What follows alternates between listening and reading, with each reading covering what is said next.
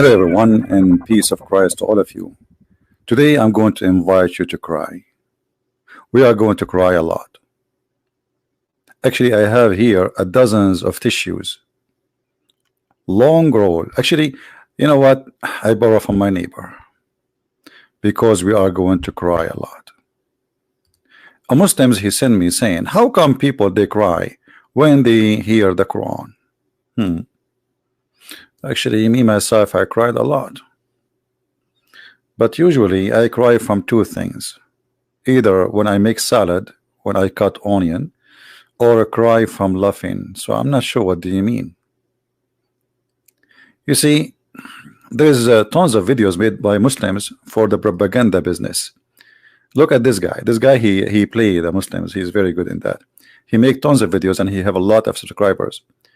You know, he put the picture of a cat crying, and he cried too. Like he makes just videos just to fool. You know, I mean, he is obviously what he is. But obviously, everybody cry when they hear the Quran. Everybody. I mean, so why we don't? Why we are not crying too? Do you remember when the Muslims they made a video about the cat who don't step in the Quran? I remember this video very well. Then we have a brother, which I found it very funny, and I cried from laughing at it. And then we have a brother, his name is David Wood. I think many of you know him.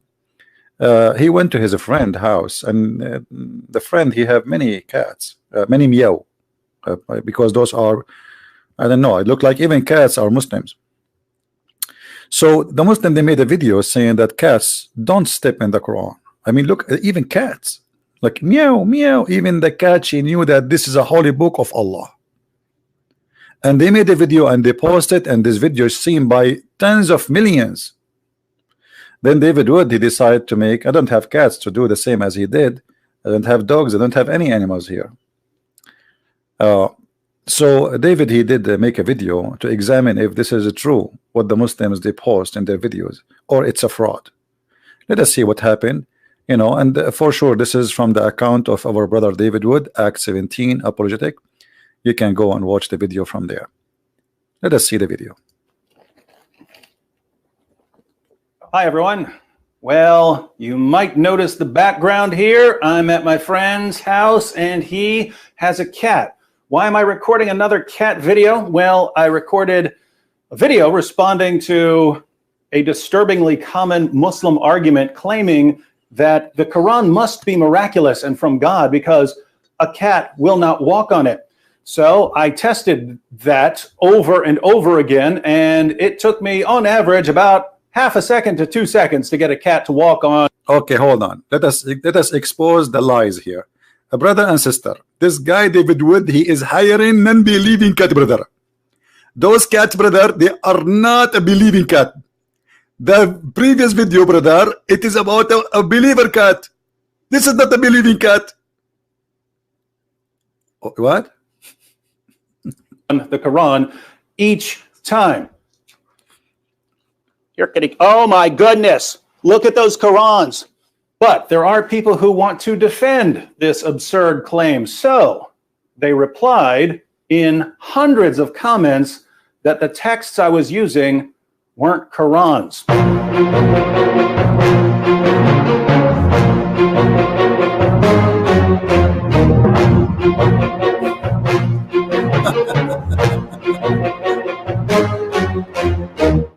I will stop that.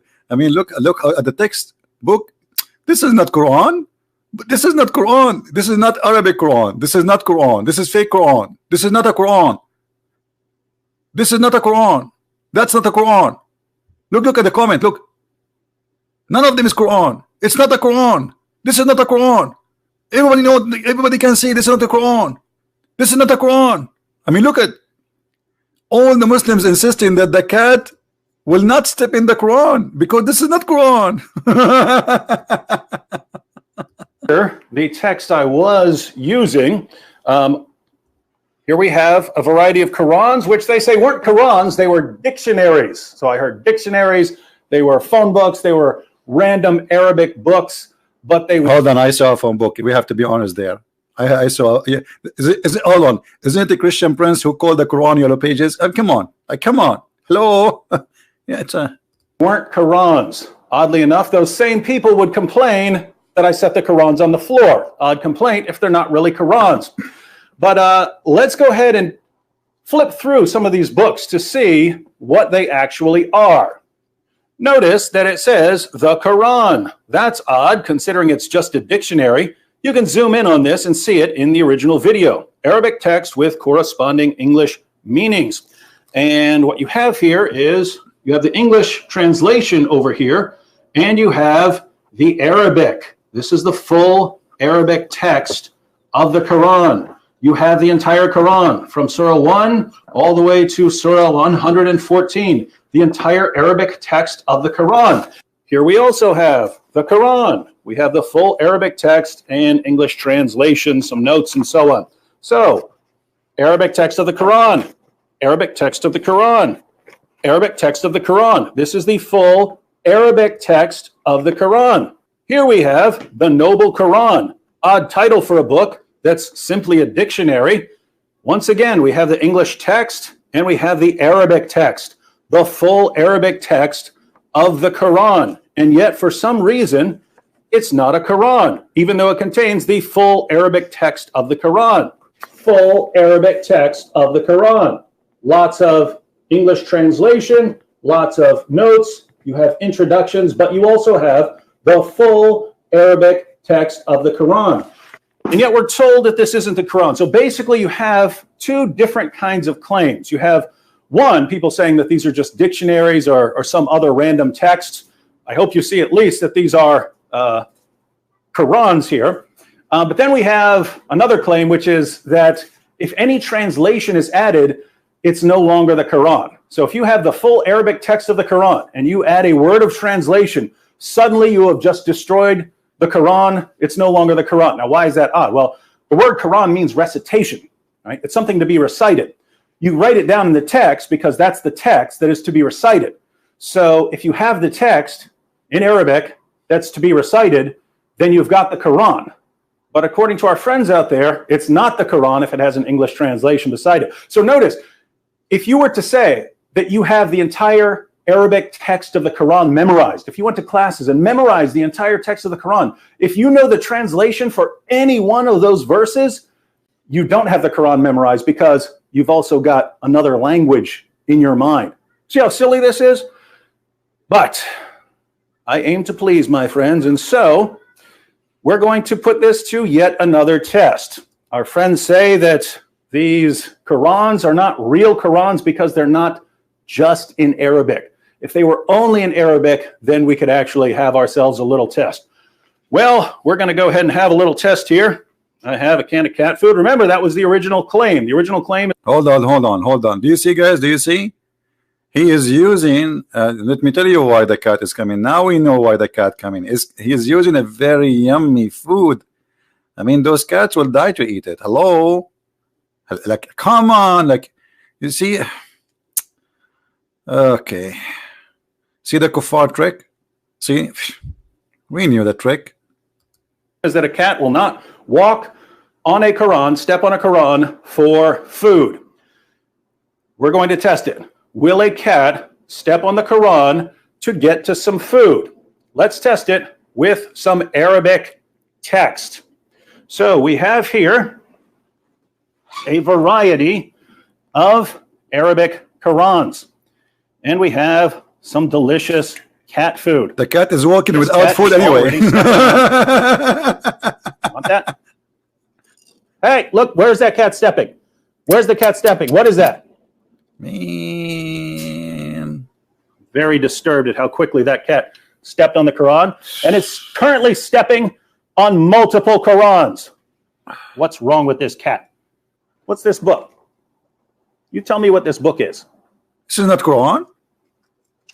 This is not Quran. What is it? This is because one comment I see over and over again is just because a book's in Arabic doesn't make it the Quran. Well, hold on. This is the story of Ali Baba and the 40 thief. I mean, come on, you want to fool us? It has Arabic text, yes, but this is Ali Baba story. This is Ali Baba. It's the whole book is 40 pages. It's true, but we're not talking about any book that happens to be written in Arabic. We're talking about what this book is. What is this book? What is it? If we flip through this book, what is it? Is this 50 Shades of Grey? No. Is it Huckleberry Finn? No. What is it? Alibaba, I told you. Is it The Adventures of Tom Sawyer? No. What is this book? I told you, it's Alibaba. How about food that's not fancy at all? What about regular dry cat food? Regular dry cat food. Come on. Come on. Are you willing to She walk is on that stepping Quran? in the Alibaba That story. Like, cat what? is walking right on the Quran. Show respect. Wasn't that the claim? Hang on. Because people also said that because I had more than one Quran there, that somehow disturbs the Quran. Come here. This cat is walking all over that Quran. That was the exact challenge, ladies and gentlemen. The exact challenge was whether a cat would walk. Okay. So you are trying to say to us that this was a fabricated video. But brother and sister, I can witness to you that those are fabricated videos. And the cat will never walk in the book of Allah.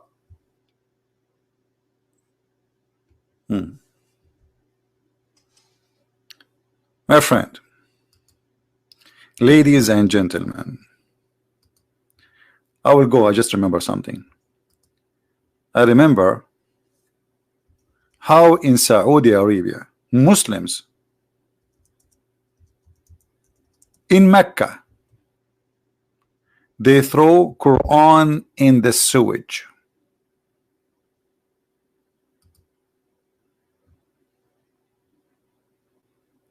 Quran in the sewage. Let me find it.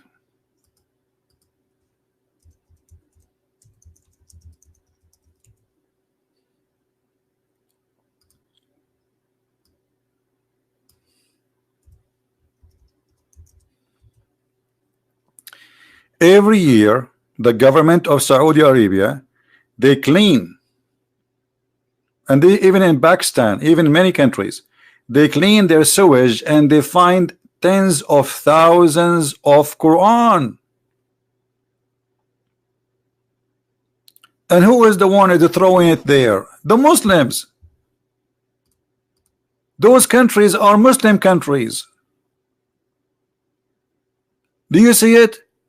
They are cleaning the sewage. They are cleaning what exactly? The sewage.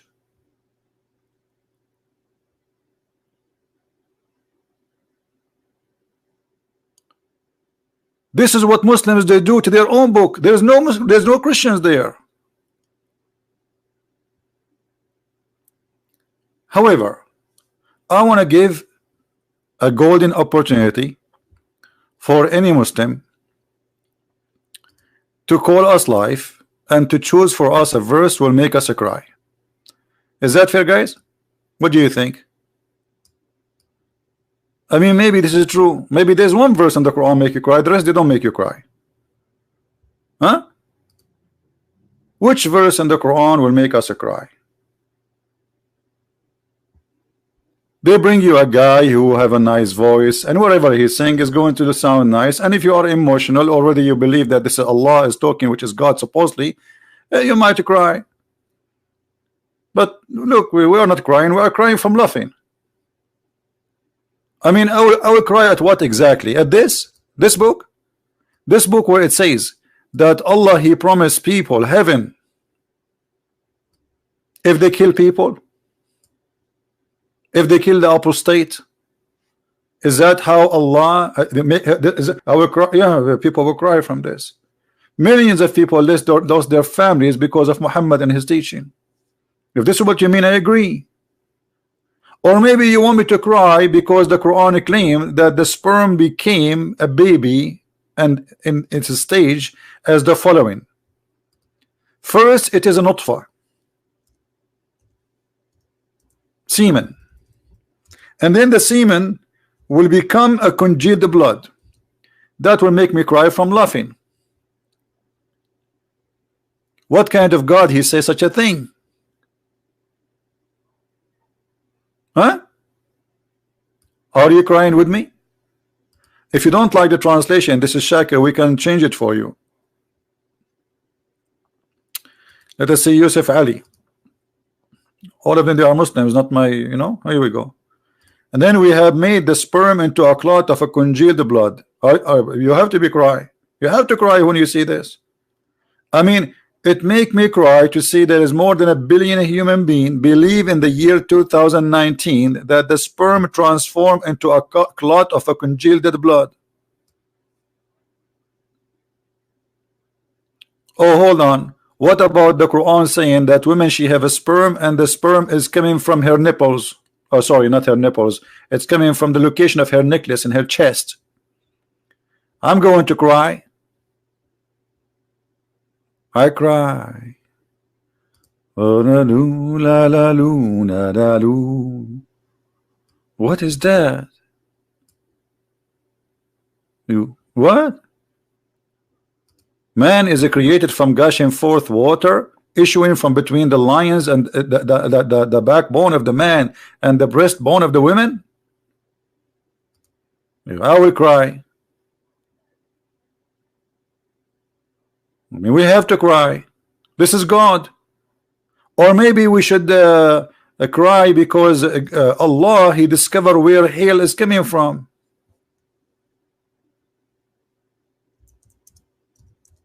Have you ever heard of God? He think that hail is coming from mountains in heaven? Look like your God, he made his book after he was watching Avatar. Huh? Is that Avatar? From mountains in heaven, Allah, he bring hail down?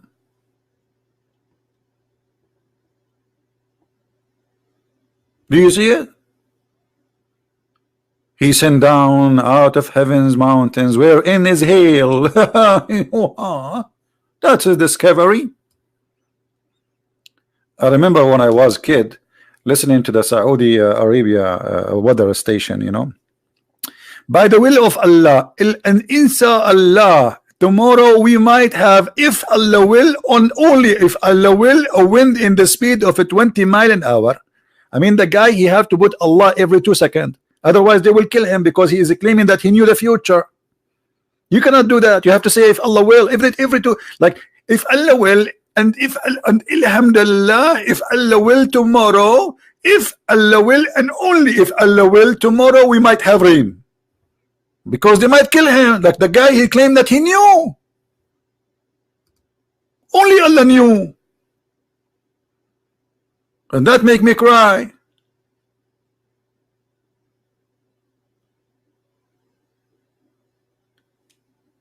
Now, who is a very smart, intelligent believer in Islam would like to call us and make us cry?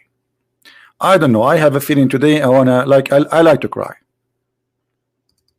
I miss it.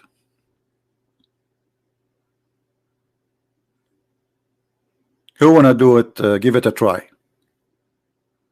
As long as you can make those people fake videos, you know, people cry, and even if they are not fake, by the way. I mean, this is emotional stuff, but it's not real.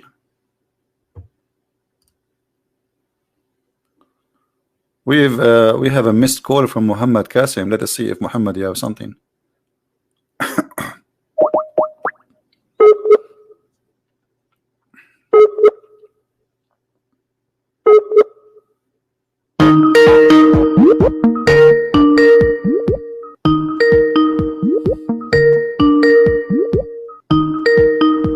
Let us see if Muhammad will make us cry.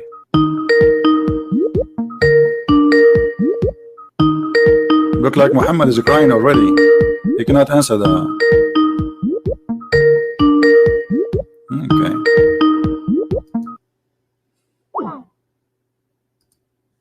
What we can say?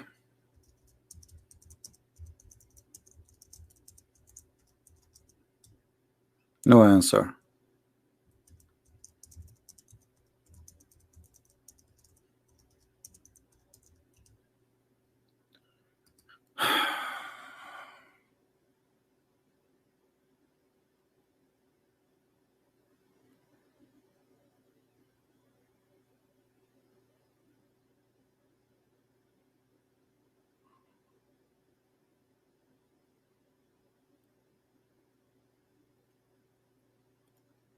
All right.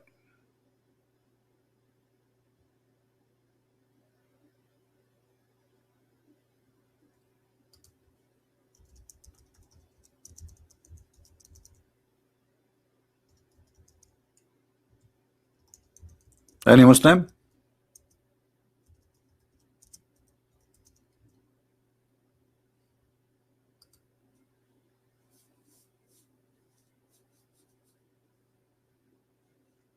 Anyone? Who is voluntarily willing to make us cry? I want to cry. I could not believe that Allah, He knew about how rain and hail is made. I mean, He break ice from mountains in heaven. This is how ice is made. I'm so glad He did not speak about a refrigerator. Otherwise, the Muslim, they will say how Allah predict the future. Anyone? What is the chapter? What is the verse? If we read it, will make us cry. I want to cry. Is that the chapter where it says you can eat in the house of your parents? Or the one it says you can eat in your house? Or maybe the chapter where it says, Muhammad, you can have any woman she want to sleep with you, any woman she offer herself to the Prophet. Which one?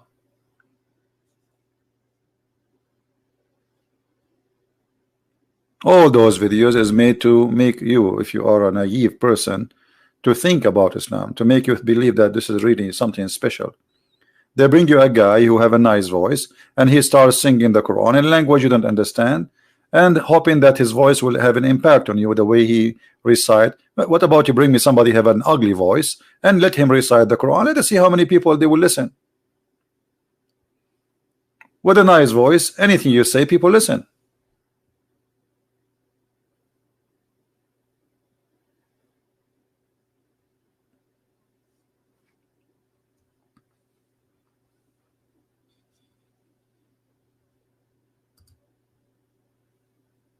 Is that right?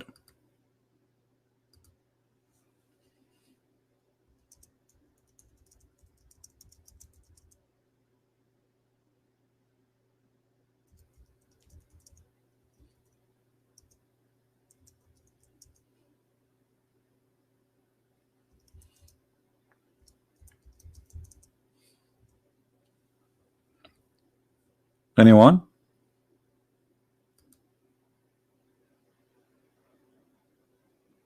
Let me sing a song for you. Let us see how many they will cry. La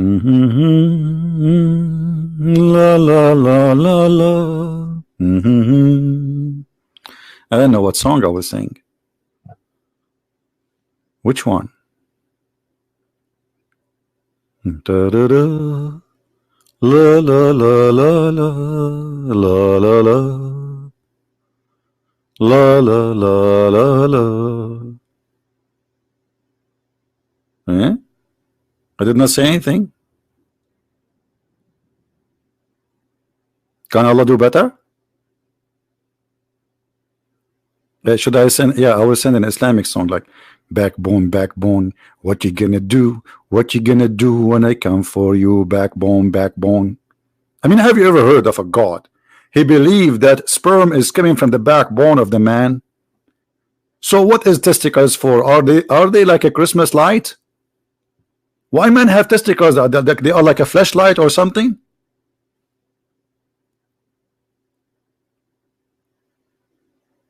Huh? You made me cry. So you know they play for you a book.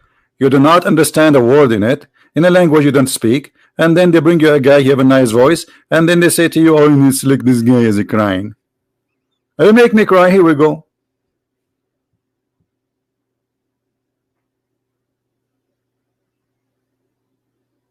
A God who he think that the sperm of the man is coming from the backbone. By the way, brother and sister, I have a friend and he have a problem with his backbone. because he don't sit in the cushion, and since he do that, he don't have kids, because the sperm of the man. And as you know, my name is Zakir Naik, and I am a doctor. What? What? The backbone? And you are a doctor? Well, nice to meet you. I appreciate your science. We cry. For sure we will cry. We are in we are almost 1,000 years, 1,400 years after Muhammad, and you Muslims believe in this?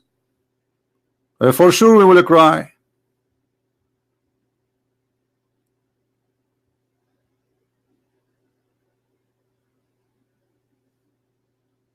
Huh? This is Quran, proceeding from between the backbone and the ribs, meaning the backbone of the man and the ribs of the women. And guys, this is the main reason I am still single. Imagine I get married, we go to the bedroom, the woman, she take off her clothes, you don't see breasts, you see testicles. Brother, breast, testicles. This is God.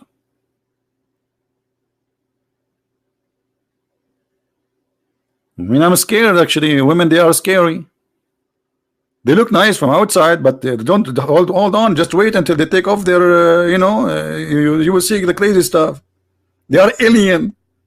They are not human, brother. They are alien. What is that? So you want to tell me that this is God and we cry? We cry at what? We cry laughing. This is a comedy. This is not be from God.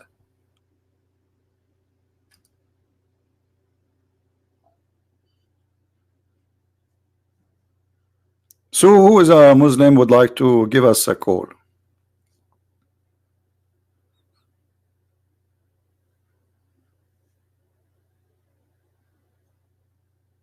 Anyone?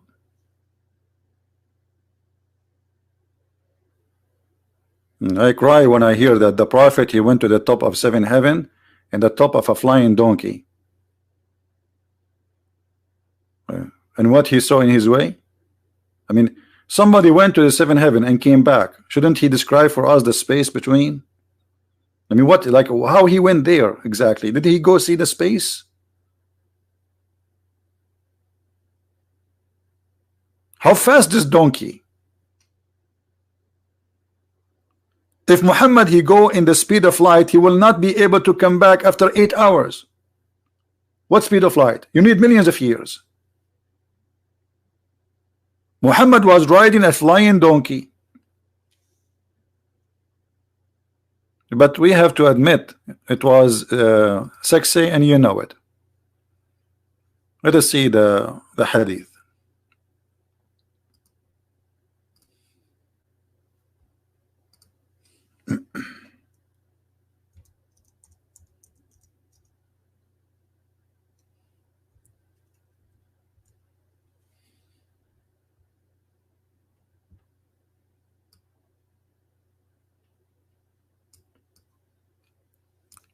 I was brought al-Burak, who is an animal white and long, longer than a donkey but smaller than a mule. Okay, this is al-Burak. This is a spaceship of Muhammad.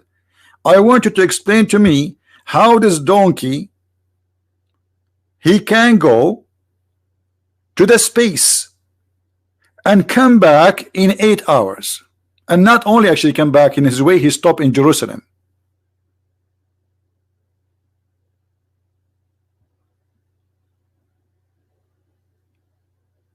Because even if you go in the speed of light, you cannot make it. You need millions of years. Like nobody knows where the end of this space is. So if Allah is above all the space, at the end of the universe, how this donkey went?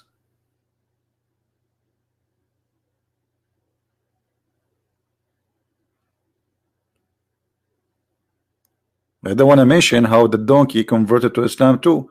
Guys, do you know, according to Ibn Kathir, Who is the first one who commits suicide in the history of Islam? It was a donkey. His name is Yafur.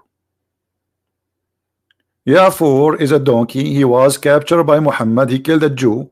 He took his sandals and he took his donkey and he took his silver and his gold. And then the Prophet, he asked the donkey, do you like females? And the donkey was weird. I mean, it's weird donkey. He says, no, I don't like females. Actually, I have a cartoon about it. You can search for it.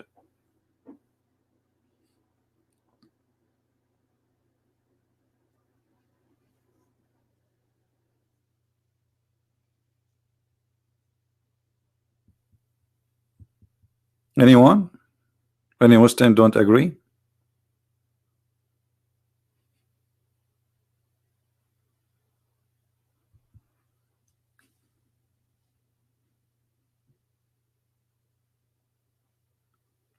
Who want to say something?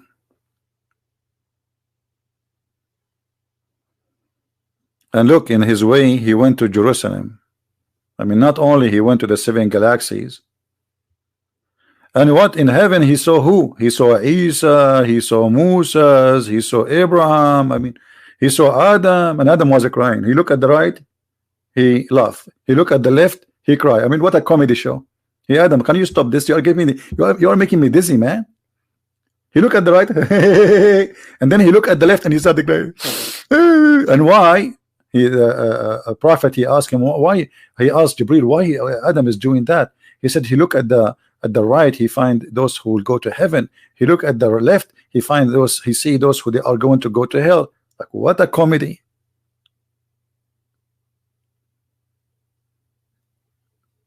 I wonder how, I wonder why. You told me about the blue sky and all what I can see. Just an idiot around me. I turn my head up and down. I turn it around, and I don't see Al Burak even near me. There's no witness, nobody saw it, but he went and came back, and don't ask me. And all what I can see, Muslim claim that this is what it to be. No witnesses. I mean, have you ever heard of a guy? Okay, guys, let me tell you what happened to me yesterday. After I said to you goodbye and good night and good evening and hello and good morning and how you doing, blah blah blah. Then I went to my bedroom, and then a donkey came to my room. And the donkey, he speak Arabic. All animals speak Arabic. Are you kidding me? And he said to me, Allah, he want to see you. I jump in the top of the donkey, and he kicked me. He said, you cannot do that. I said, so what I would do? He said, I am a respectable donkey. So I said, okay, how I'm going to go with you? He said, walk with me, and we walk together to heaven. True story. Prove me wrong.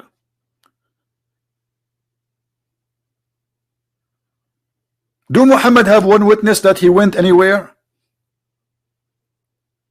I mean, what kind of miracle? Nobody saw, nobody witnessed. And even Aisha, she said his body was here. Even Aisha, she said the prophet body, his physical body was here. So how he went there?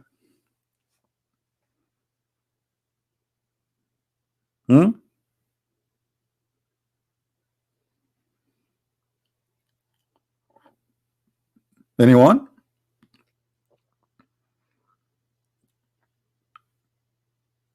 Hello. And here the story, by the way, it turned into more comedy. Like when Muhammad, he went to the gate with the donkey and Jibril. Jibril, when he arrived at the gate of the heaven, the angel guards of the door of the heaven, they said, who is there? Like, what? The angels, they did not recognize Jibril. Why? They don't have a software for a face identification. This is Jibril, the most important angel for Allah. The guy who is going backward, forward, backward, forward. I mean, come on, how many times a day they see him? And now they are asking him, who are you? He said, Jibril. Look. Read carefully with me. Jibril then asked the gate of the heaven to be opened, and he was asked who he was. Like, what? Like what? What? Who are you? Like what? This is the supposedly this is the head of the angels. Like, who are you?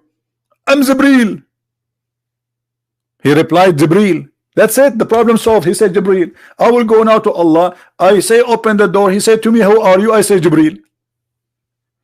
I mean, the story is very convincing. Aren't you crying? And then he replied, saying, Jibreel. He was asked again, and who is with you? Look at this investigation.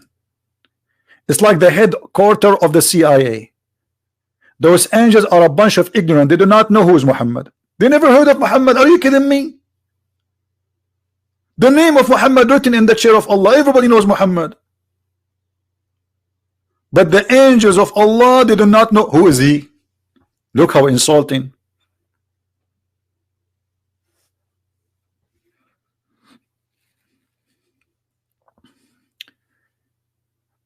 There's a guy, an Arab guy.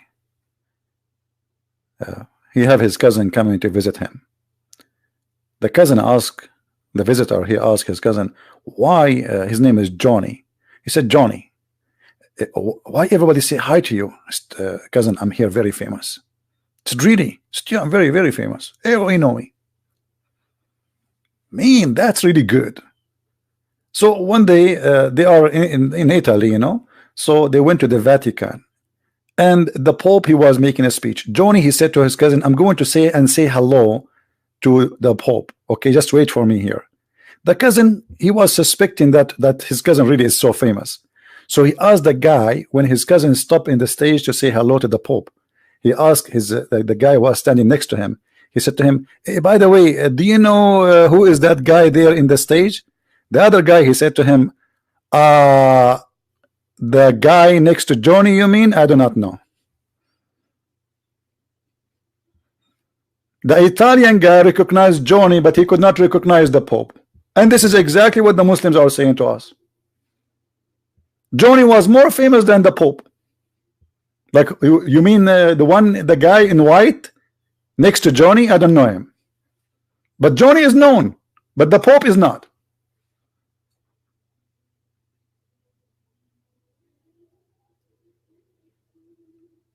So the angels of Allah, they are not recognizing Jibreel and they are not recognizing Muhammad.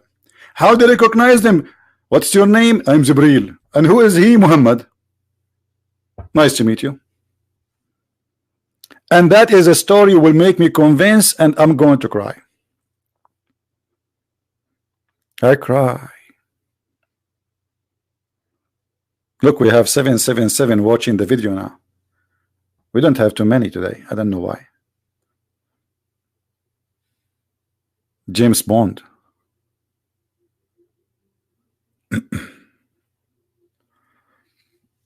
I mean, if we read the story, we will die laughing. He went to the second heaven and he asked him the same question in second heaven. Who are you? He said again, Jibreel. And look, they are asking him, he was being sent for. Look, Allah did not leave the name of Muhammad in the door.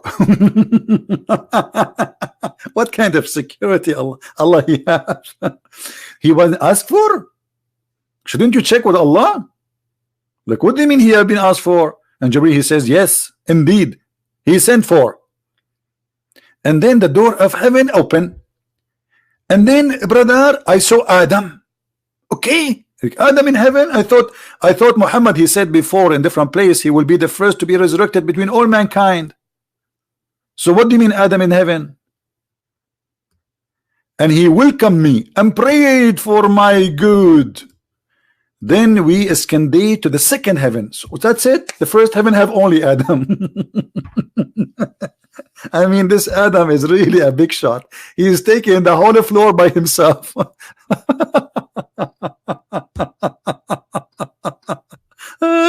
Okay, unbelievable. I'm crying now. Adam alone in the whole floor. I mean, what is Eve? Eve, she cannot be there because she's a female. Adam is busy with his versions. Yeah, Adam, how are you doing? I'm busy. What are you doing? I told you I'm busy. Busy? You doing what? First of all, I did not say to you I'm busy. I said I'm busy. I'm busy. What does that mean? Don't. Okay, I'm doing like the bees. I did not get it, Adam. What do you mean? I have a lot of flowers around me. I'm getting their nectar. Busy. Did you get it? Okay, sorry. Adam is busy with the virgin. And then he went to the second heaven, and they asked him the same question. Look. Then we went to the second heaven. Jibreel asked for the door to be open. The same story, and it was asked who he was. He answered, I'm Jibreel. And he asked again, who is with you? Like, what's wrong with this security? Are we going to do that? Each time we open a door in the heaven, he has 7 doors.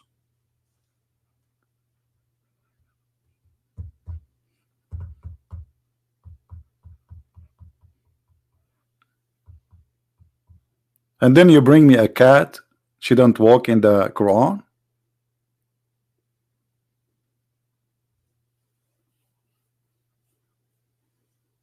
Are you Thor?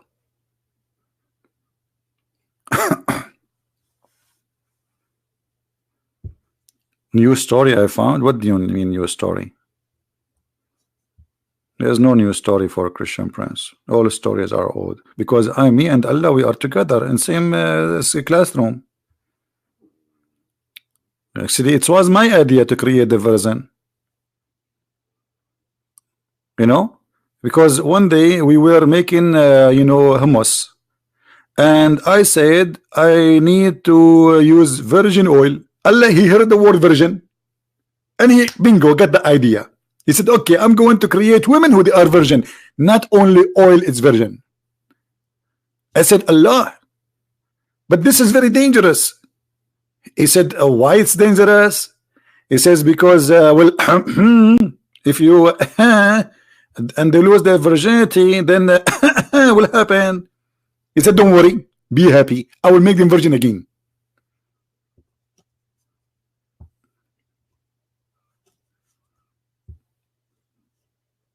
To believe in this, you have to have a virgin brain. Never been used. Ever.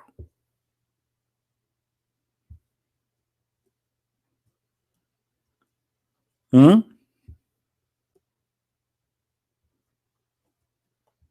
we have any Muslim don't agree? Where are you going to sleep? We have a guy is going to sleep, guys. A Christian Prince program is like Islam. You can get in, you cannot get out. Where are you going? Where are you going? The guy is okay. What do you mean good night? Hey brother, hold him. He is murtad. He is an apostate. He is leaving us. You cannot go. How we can grow in number? Good night. What would you think? That's it? You can get in so easy and you leave as you wish? Hello? Crazy people. You get in, you cannot kill, you cannot leave. That's it. You stay here until Judgment Day.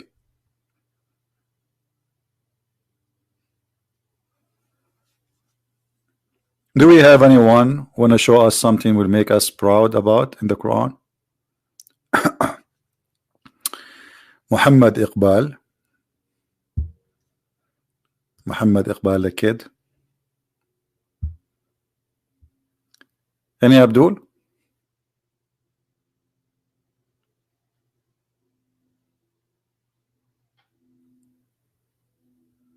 Anyone?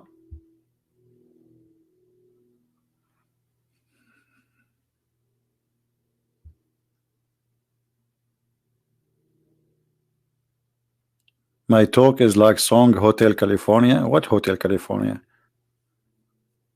My friend, first in California, there's no hotel left. Nobody go in hotel. These days, everybody is homeless. It's a business.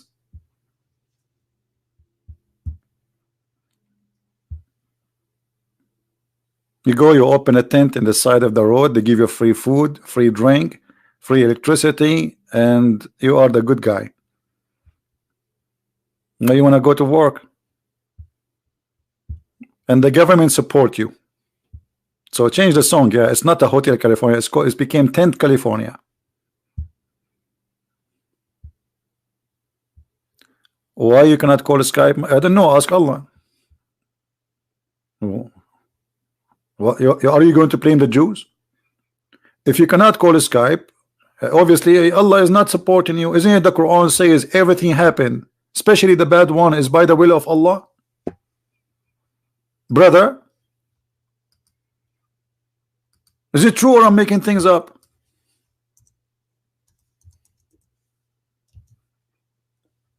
Hello?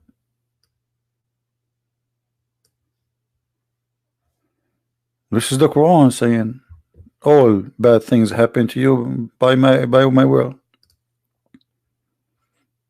So do you think you cannot call me because of Allah will? Is it Allah will involved, brother?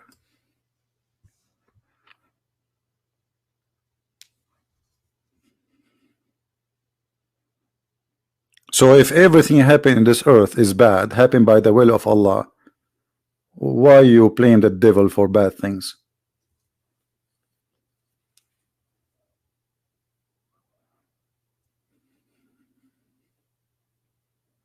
The Quran is full of guidance.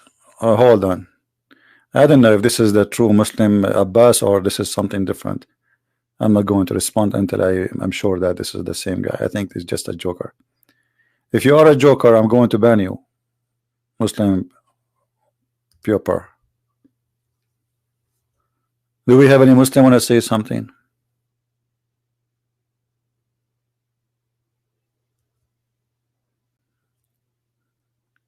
All bad things happen by the will of Allah. Okay, let me ask you, when the Muslim they say the Bible of Allah is corrupted, so does that mean that the Bible of Allah corrupted by the will of Allah?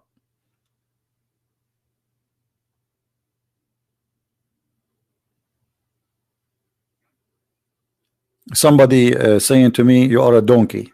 My friend, I don't know why you are saying that, because if I am, that will be make me the cousin of your prophet wife or her brother. Your prophet, he married Zainab bint Jahsh, Zainab the daughter of the donkey.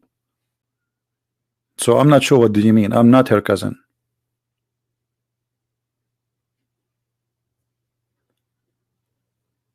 Any Muslim? Was the Bible of Allah corrupted by the will of Allah? The Quran says yes. Any bad things happen in this earth by the will of Allah. So who is a Muslim and explain to us why Allah he corrupted his book? Don't you think he is like he's mad, he's crazy? I mean, this is your book. Allah is working against Allah.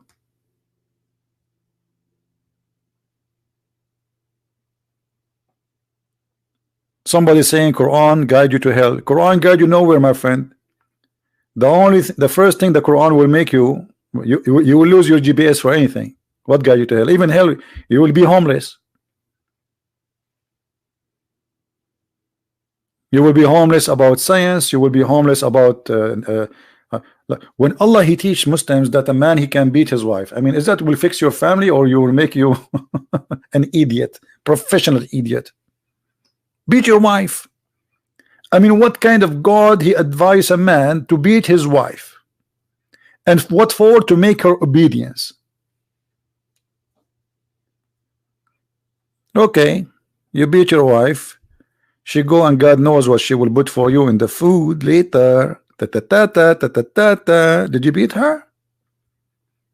Now I know what happened to the Prophet. This is why the Shia they accuse Aisha that she killed Muhammad. Is that true, brother?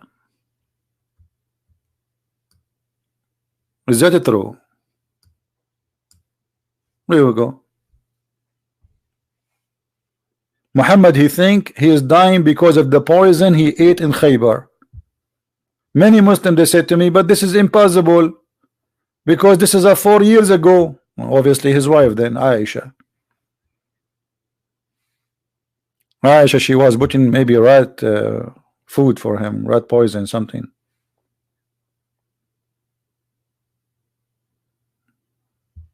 Hmm?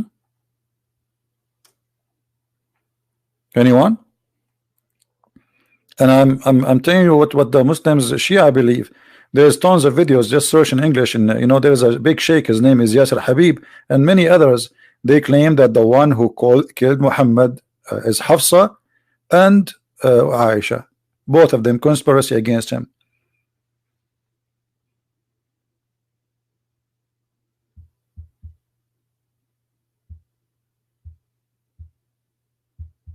Anyone? So you made me come here, go live on air, and yet nobody wanna call us to show us one verse in the Quran will make us cry. Very embarrassing. I'm really disappointed.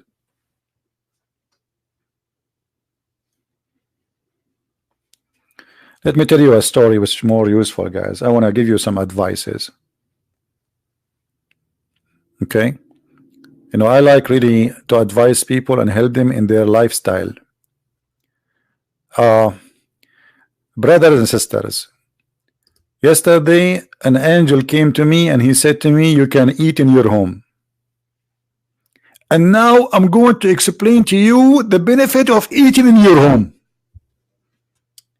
A prophet, God told you that we can eat in our home. Yes, brother. A prophet, I was eating in my home all my life. A brother, still it is Allah who told us to do it, so we do it. Prophet, we are doing that since the beginning of mankind. I mean, we're a human being eating his home. Listen, this is not the topic. The topic is Allah, He ordered us, it is okay to eat in your home. But brother, already we are eating in our home. Even the kuffar, they eat in their home. The atheists, they eat in their home. Everybody eat in his home. Hey brother, this is not the topic. The topic is that Allah said it's okay for you to eat in your home. What's the problem? Do you have a problem? If you have a problem, we are going to call our brothers, the Mujahideen. Do you have a problem? No, I don't have a. I understand. I have no problem. I did not say anything. Actually, I agree with you. Allah is all wise, all knowledgeable. All right. Any Muslim? And the brother, Allah told me, if you are blind, you can eat in your home. Hey, brother, are you sure? First of all, don't call me brother. I'm a prophet, and you know it. If you are blind, you can eat in your home. So where the blind supposed to eat? Any Muslim can tell me? I mean, the blind supposedly he eat where? Now Allah given him permission to eat in his home. Why in the time of Muhammad there was like a Sheraton and like whatever 5 stars hotels and the restaurants? I mean, where people eat? It's no fault in a blind nor in the one who is born lame. So if you cannot walk straight, you can eat in your home. Wow, thank you Allah, thank you. I was waiting for this moment all my life. All my life I was waiting outside my home. Now I can eat. Look at the wisdom. How many want to cry? And then he says, and Nur, what? Nur, the one who is afflicted with illness. Oh, are you serious? If somebody, brother, is sick, he can eat in his home too? Yes, brother. Alhamdulillah, mashallah. Allah is all wise. Nur in yourselves. So if we even if we are not ill too, we can eat in our home. Yes, brother. I was afraid, brother, I will not be included. This is God. He went to his office and he started writing this. Don't you think this is so deep?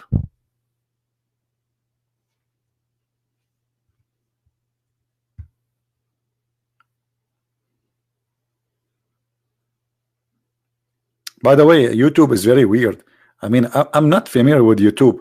Like you see, I came from the Arabia, and by the way, we are the one who discovered the internet.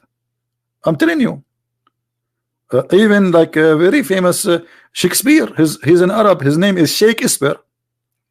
But anyway, I'm not going to tell you about how great we are as Arab. I'm looking now at YouTube. I see there's 554 giving me finger. What is that? And then there's 9, the finger up, and there's 9 giving me a finger down. Brother and sisters, I don't deserve that finger. The only one deserve that finger is Allah. Look at this verse. I mean, look at it. Who can make a verse like this? Give a finger up to Allah, please. Because the truth is, all the wisdom is coming from his finger.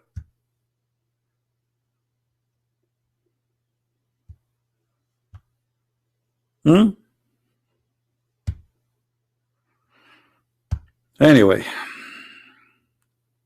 I'm not going to stay long really, but when the Muslim they send me this today, I like for the first time I went to Facebook after a long time, just to post that many people do not know I have a new book in the German, Sex and Allah, already translated to German and to Dutch. So I went there and I posted and saw some post made by Muslims, and I cannot believe it how funny their post. هل يمكنني الاتصال بك عزيزي المستمع؟ اتصل بجبريل على الرقم الآتي 0002 والله أعلم.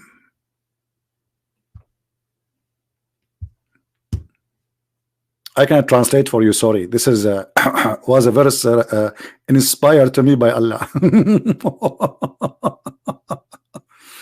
Unbelievable. What do you mean stand up comedy? I mean, this American, I mean, English is really funny. Stand up comedian. I mean, cannot you be comedian and you are sitting?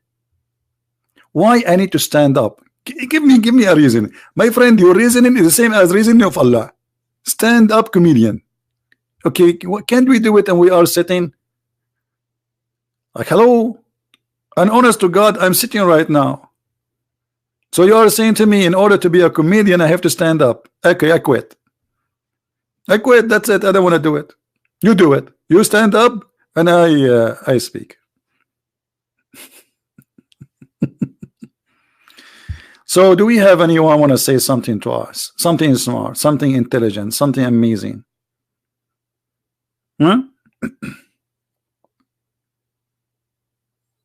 Anyone? What is this? This is God talking, and then he says to you, and you can eat in your houses, and you can eat the house of your fathers and your mothers, and let me call my mom to tell her I can eat in her house, and your brothers. And what is that? What is that? You can eat in your house?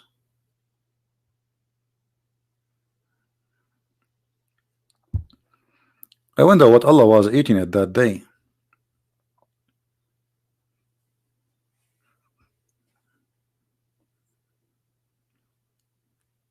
I think Allah, he should have changed the channel. He is watching too much CNN.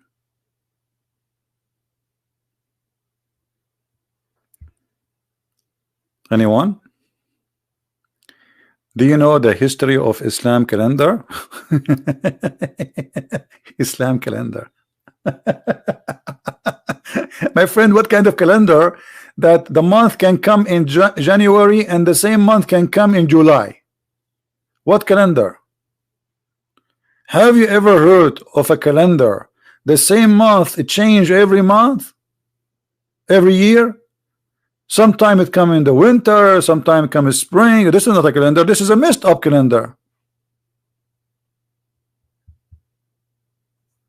There is no calendar. You know, just to give you an example about the calendar of Allah, the Arab, they wanted to examine the knowledge of Muhammad. So they said to him, what is the Ahilla? Ahilla is the crescent moon. They wanted to know why the moon looked like this. Is that the same moon, different moon? Because people, they believe this is different moon. So they are asking you, and look here at the stupid translation concerning about the new moon. You see the word new moon? Guys, do you see the word new moon? New moon. This is the crescent moon. Okay.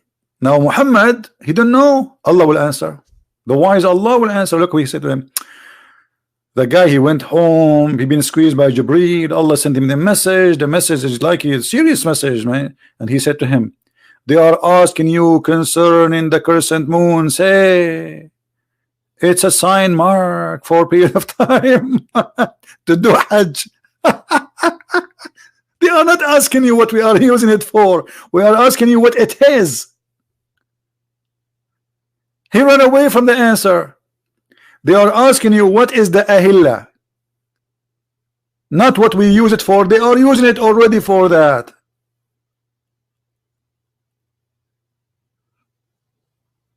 People, do you understand what I'm saying? Imagine I say to you, okay, what is the reason for the moon to look like this? Is that a new moon, different moon? Is that a different planet? Or so? And then you say to me the moon is used for timing. But this is not the question.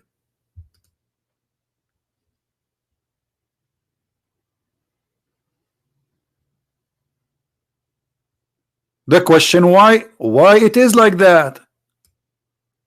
Explain how this is happening. How the moon sometime is full, sometime it is a crescent moon. That is the question.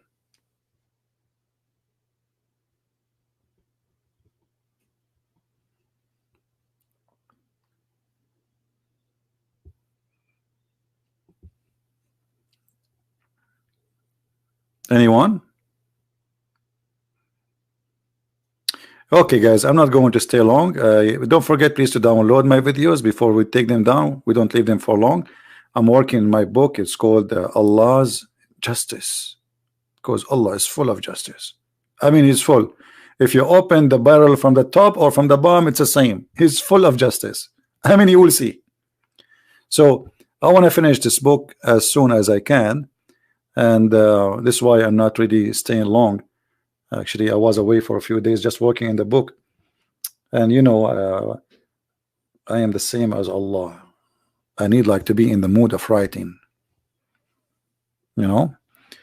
So I hope we will be able to finish it soon.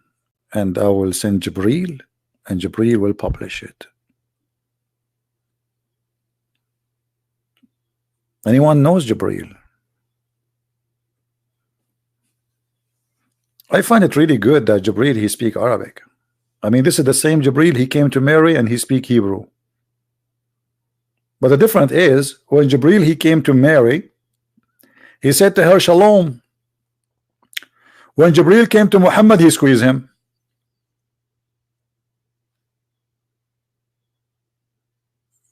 Any Muslim knows why? Isn't Salamu Alaikum is the greeting of Allah? How come Jibreel did not greet Muhammad with peace? Why? He's coming in war? I forgot. He did not remember it. There is a Muslim, he says, Astaghfirullah. That's a good move. That's a good move. Astaghfirullah. But don't you know that the Quran says you ask for forgiveness or you don't ask, it doesn't matter? Because it's your destiny.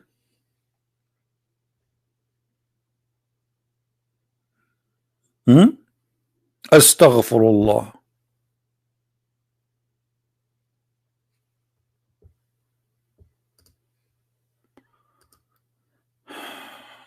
Okay. Maybe we have a Muslim.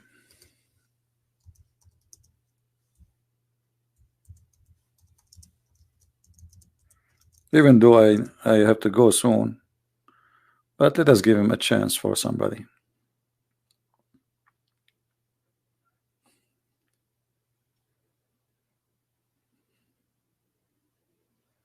Okay, he's a Muslim.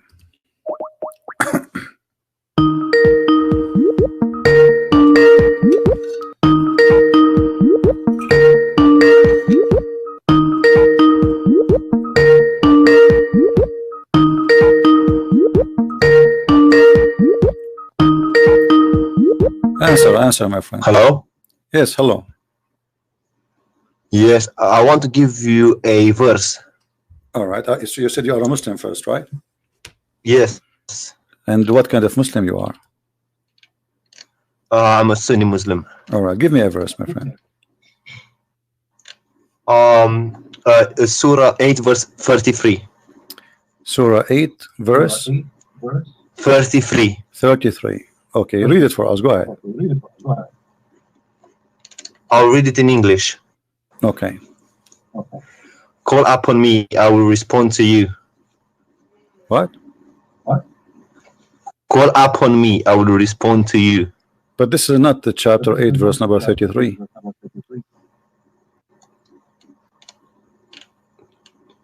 Eight 33. Yes. It doesn't Oh, say. sorry. No. I made the mistake. It's 40 60. Chapter 40. Verse 60. Okay, chapter 40 verse 60. All right, go ahead, read it for us. Call upon me, I will respond to you. Okay, and did that happen? Yes. To who? To everyone who calls upon him. All right, well, your prophet, he been challenged to have a miracle every day in his lifetime, and Muhammad in the Quran keeps saying that Allah refrained from sending miracles. So how he call him, and I will answer you. The Quran is a miracle. Well, hold on, the Quran says that Allah refrained from giving miracles. Is that true? Giving miracles to other prophets. He refrained to give miracles to Muhammad. Muhammad had many miracles. Well, the Quran then is a contradiction, because here we go. This is Quran speaking about Muhammad, not about others. Here we go. Read for me chapter 17 verse number 59. On your YouTube channel, yes? You can read it in your book from your side, doesn't matter. Chapter 17 verse number 59. Let me open it up. And we can open One for second. you any translation you wish. Which translation you like? Which translation is Wait. your favorite translation? Pictal. Here we go, Pictal. All right.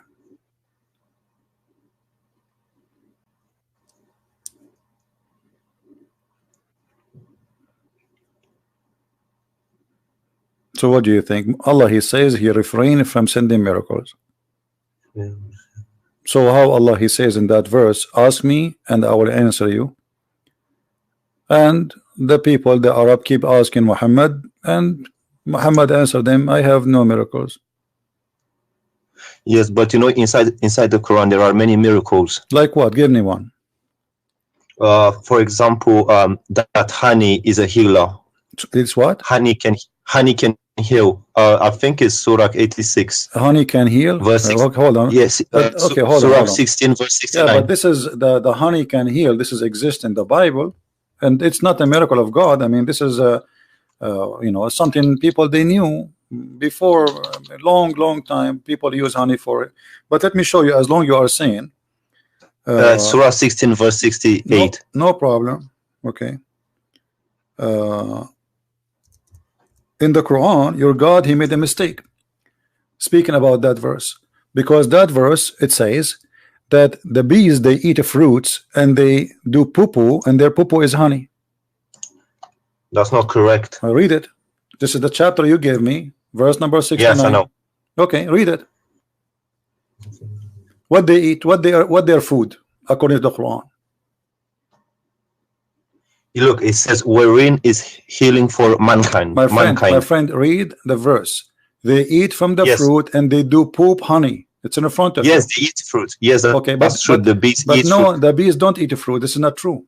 They do. No, Shall the I show bees- you? No, the bees, they eat honey. The food is their No, food is do you want me honey. to show you? I can show you. My friend, the bees, their food is honey. So your God, Allah, he is an ignorant. He think that bees, they eat a fruit and they poop honey. I will show you. Okay, my friend, does it say in front of you they eat fruits? Okay, what is Yes, the honey? So the bees, when they make Yeah, honey, but- they okay. Well, let me ask you. So what is the honey? Why the bees they have honey? What is that? They suck the nectar out of the fruit. All right, but the nectar, they don't eat it as nectar. They eat the honey, correct? No, they produce honey. They don't eat honey. So They suck the nectar so from why the they fruit. produce honey? Why they produce honey? Because they transform the nectar that they suck Why from the fruit. why they want to why they want to? Okay, you said that the nectar is their food, correct? Yes, Okay, so why they don't eat just the nectar as it is? Why they make it honey? because that's what comes out from the bodies. See, this is exactly what I'm saying. Your God Allah saying that they eat honey and they do poop honey. They eat the fruit and they eat honey. They poop honey, and you agreed with Allah. And this is a mistake. Yeah, but that's a miracle because What's a miracle? They are I'll send you the eating. link. They are eating the fruit. But this is false. The bees Look, don't read. eat the fruits. they do. They eat the fruit. They suck the nectar, and then they produce honey. Thank you. The nectar, they suck it, but they don't eat it. They suck it. They collect the nectar. They go to their hives, and then they transform the nectar into honey. So your prophet and your God think that those bees, they eat a fruit and they do poop honey, and then we collect their poop. Yes, but that look. Okay. No. Listen. They suck the nectar. Mm. They produce honey. Mm. Okay, Mm. and that honey is a healing for mankind. Okay, so but So that's a miracle. How can you say healing? Honey is healing for mankind? well, this is, you can go right now, type in Google the word honey in the Bible. You will see the Bible saying the same, and this is a book long written before Muhammad. So Show me. Show me that. Show me okay, that. if I show you, what you will do?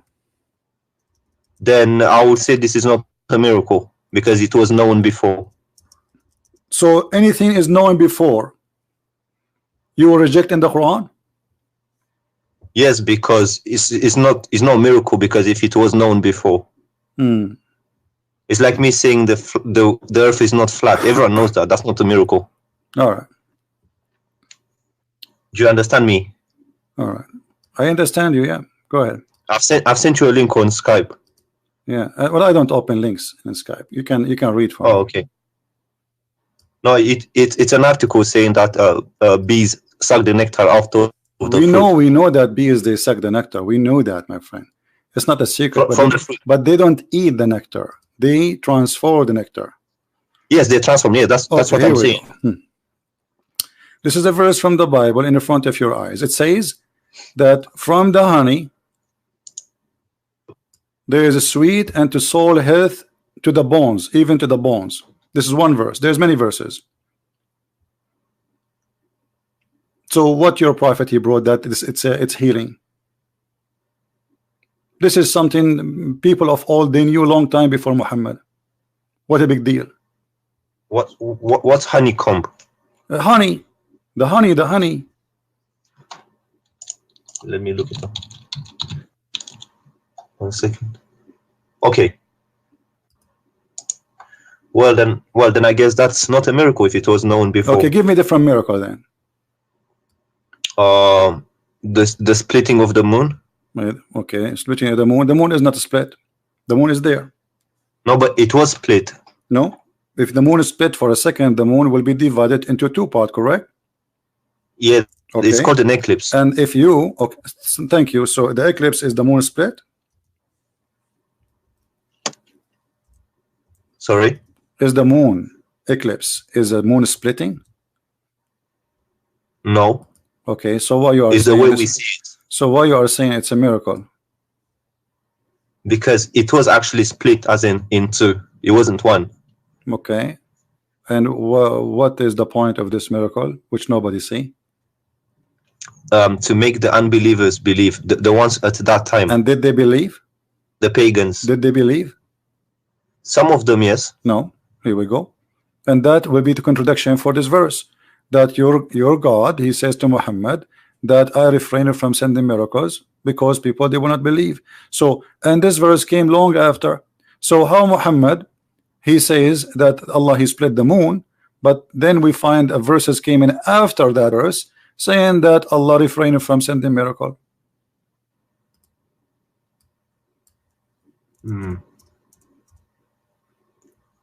This verse came after the moon, chapter 17, verse number 59.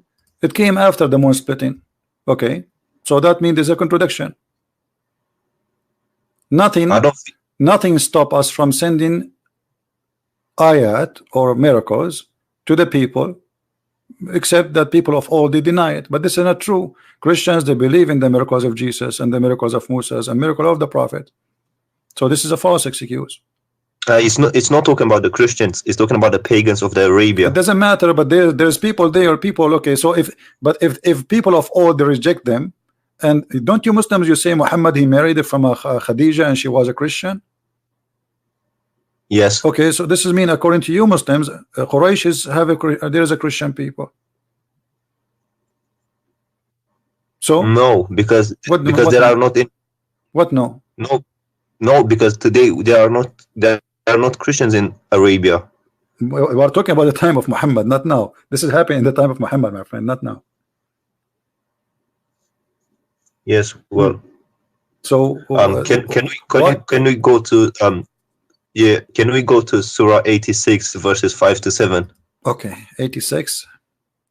5 to 7. Are you sure you are a Muslim or you are making fun of Islam? No, because you mentioned this before, and okay. I want to explain it to you. Okay, go ahead. Explain it to us.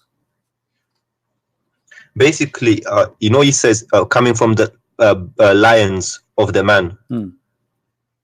It's coming from the lions, and that is true if you look scientifically. How? So the sperm is coming from the backbone of the man?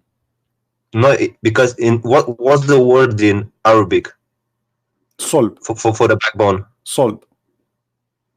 Yeah, but that means lions, right? No, it means backbone specifically.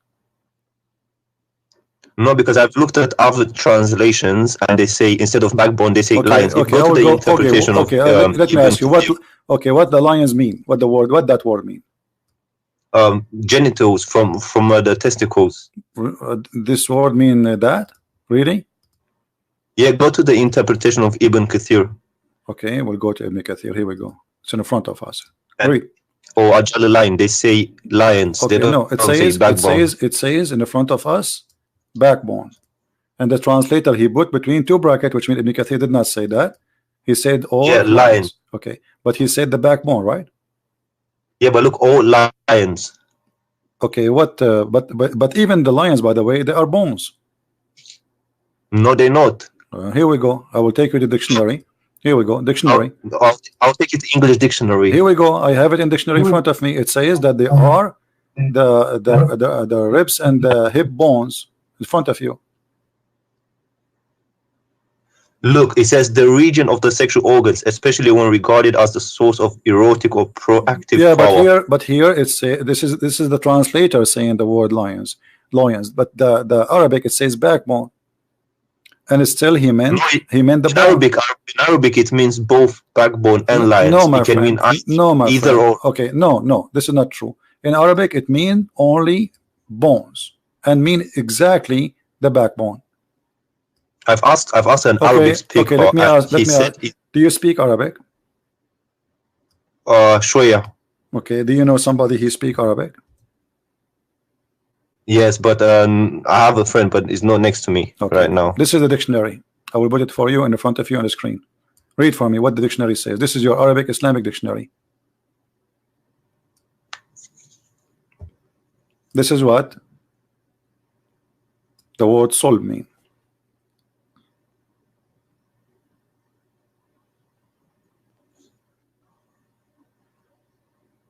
So yes, but it can also mean lions, can't it? No, it doesn't. How do you say lions in Arabic? There's many words. I mean, like Arabic is very. None of them is because it's not the bone. This is the backbone. My friend, that's the word solb. The word solb is specifically the backbone. You can go and open any interpretation you want. You said to me Ibn Kathir, right? Here we go. This is Ibn Kathir. This is Ibn Kathir, meaning the backbone or the ribs of the woman. Do you see it? Yes, but if you go to a Jalalain, let's go to another thing. They also say let us go to a Jalalain. Hold on, I will go to a Jalalain. Remember, this is your choice, right? Yes, I'm just trying to clarify clarify this. Yeah, you cannot. I'm not trying to be my friend, contradict you. You are reading your own Islamic translation, and even your Islamic translation is proving Islam to be false. Let us go to Al-Jalalain.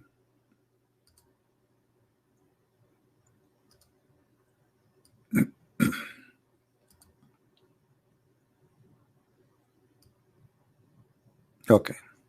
Do you agree with the Jalalain? I can't see. It's I can. Do you agree with the Jalalain? And this is the Muslim translation again. The Jalalain, it says in Arabic clearly, this is the backbone. See, from the between the lines of the man and the breast. Yeah, the lions here, they made the backbone. I can show it to you in Arabic and you can read it. But let me ask you, okay, you know what? I will go with you. Let's just wait. Do you agree with the Jalalain here saying that this is a sperm coming from the man and the women, the lions of the man and the ribs of the women? Yeah. Okay, so do you agree that Allah saying that there's women have a sperm and the sperm is coming from their ribs? Wait, let's clarify the man thing first, and then we'll go to the no, both, because we don't want to argue for false, you know, because you are simply making a statement. You can prove it. I can prove it easy. I can switch right away to Arabic. It says clearly as-sulb that it is the backbone. Very easy for me. I can do it, but you don't speak Arabic. In the tafsir, it translates as lions. In the tafsir, in front of us, I can go right now and I go to the tafsir and I will choose any tafsir you want, and you will see all of them. They agree with me. So no, they agreed with me. Ibn Kathir and Jalalain. Here we go. Ibn Kathir in front of you. Don't stop playing games. This is Ibn Kathir. You see the page in front of you? Playing games. Do you see Ibn Kathir in front of you? This is the page. It says the backbone and the ribs. Do you see it? This is Ibn Kathir. The backbone, meaning the backbone or the lions of the man. Okay, so you are saying it is not the backbone. So if not the backbone, so why he is using the word lions unless he mean bones? This is what the word mean in here. So this is the backbone. This is Ibn Kathir saying the word backbone. Explain to me why Ibn Kathir saying the word backbone. In bracket it says lions. Exactly. This is mean it's not Ibn Kathir saying that. This is the translator. So it's definitely backbone. It must be backbone. This is a translator trying to fix it. He says etc. But Ibn Kathir, same as a Jalalain. You are reading translation. If you go, Jalalain says lions. It doesn't say backbone. No, it says backbone. You want to bet? Yes. Okay, let us go. Let's go. Let us go to Al-Jalalain. Al-Jalalain. Tafsir Al-Jalalain. Here we go.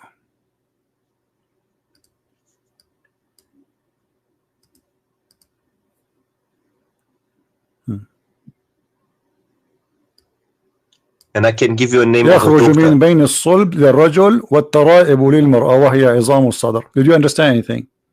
Yes. What it says? Go ahead. There's a gastric fluid coming from the lines of a man, and it doesn't say line. Why it says the word line? Do you see? Show me which one. Which word? It says which word? Backbone. The backbone. So it's the backbone and the women breast bones. But don't you think this is stupid? Both of them are wrong, because neither the man, neither the women, they have such a thing. Secondly, the women don't have a sperm. Number three, how in the world women who don't have a sperm at all, yet he claimed that her sperm is coming from the location of the necklace? Well, the first part is true, but the second part I don't agree with it. But okay, so you are saying to me that Allah he did lie in the second part according to you? No, there's a doctor. It's called Dr. Moore who agrees with I know this Dr. Moore. statement. Dr. Moore, he did not speak about this, and the Muslim follow him. They speak about the nutfa. This is a different story. Yes, but he agrees with this statement. No, he did not agree with this, because then he never mentioned this. Don't lie. Dr. Moore. No, Dr. Moore, they give him the verse about nutfa, and they lied to him, and they said to him the word alaqa mean a leech, but the fact the word alaqa does not mean that in the Quran. Yes, alaqa is a congealed dead blood. And we can show all Islamic interpretation, and they will get all those Muslim liars busted. They lie to this guy, lying to him, says this is what it's mean. The guy don't speak Arabic, but it doesn't say that. Yeah. But do you agree? No, that don't change. We will go there one by one. Okay. So now you agree that the second part, everybody heard you saying that at least the second part of the verse is wrong, correct? Scientifically, yes. It hasn't Okay. been So discovered what yet. kind of God? Half of the verse according to you is correct, and half of the other verse is wrong, because now the creation of the baby is wrong, because as long half is right and half is wrong, it doesn't matter which half. We have a wrong creation of the baby. Yeah, I think the translators translated it wrong or something. My friend, who care about translators? I speak Arabic. I read in Arabic. Okay, okay, what if we go and see what your prophet said? What do you think? Do your prophet understand how the baby is made? Yes. Okay, let us see what your prophet said. Whatever your prophet said, obviously your prophet, he understands the Quran better than you and me, right? Yeah. Okay, read with me.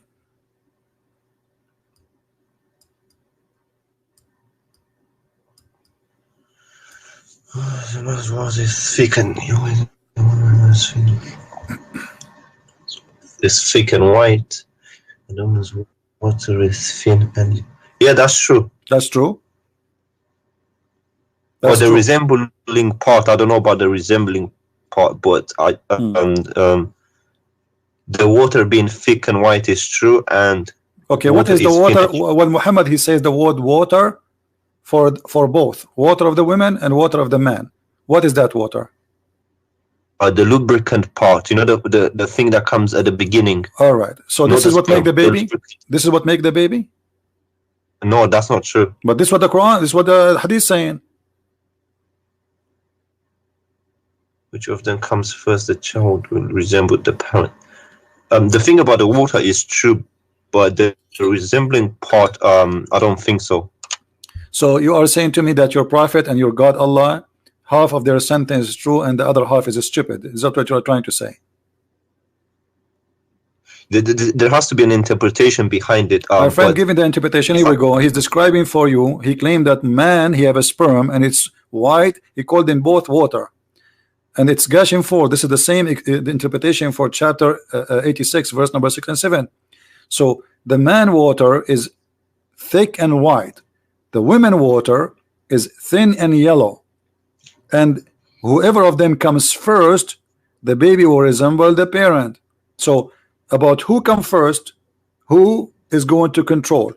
But the water of the women, which he's talking about, have nothing to do with the baby in any way.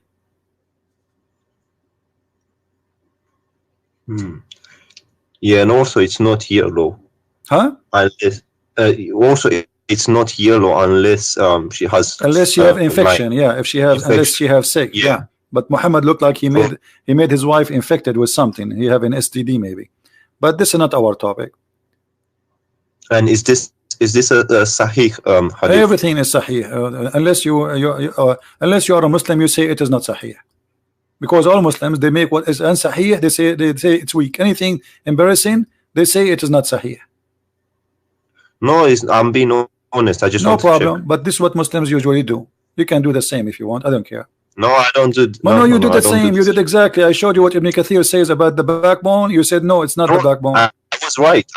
You gotta be honest. I was right about. No, you were not. Lions. No, you were not. This is the translator. He put it between. Listen, you were. No, you were not. Here we go. This is Ibn Kathir, my friend, and you agreed. Ibn Kathir, he says the backbone, and the translator put it between two brackets. Correct?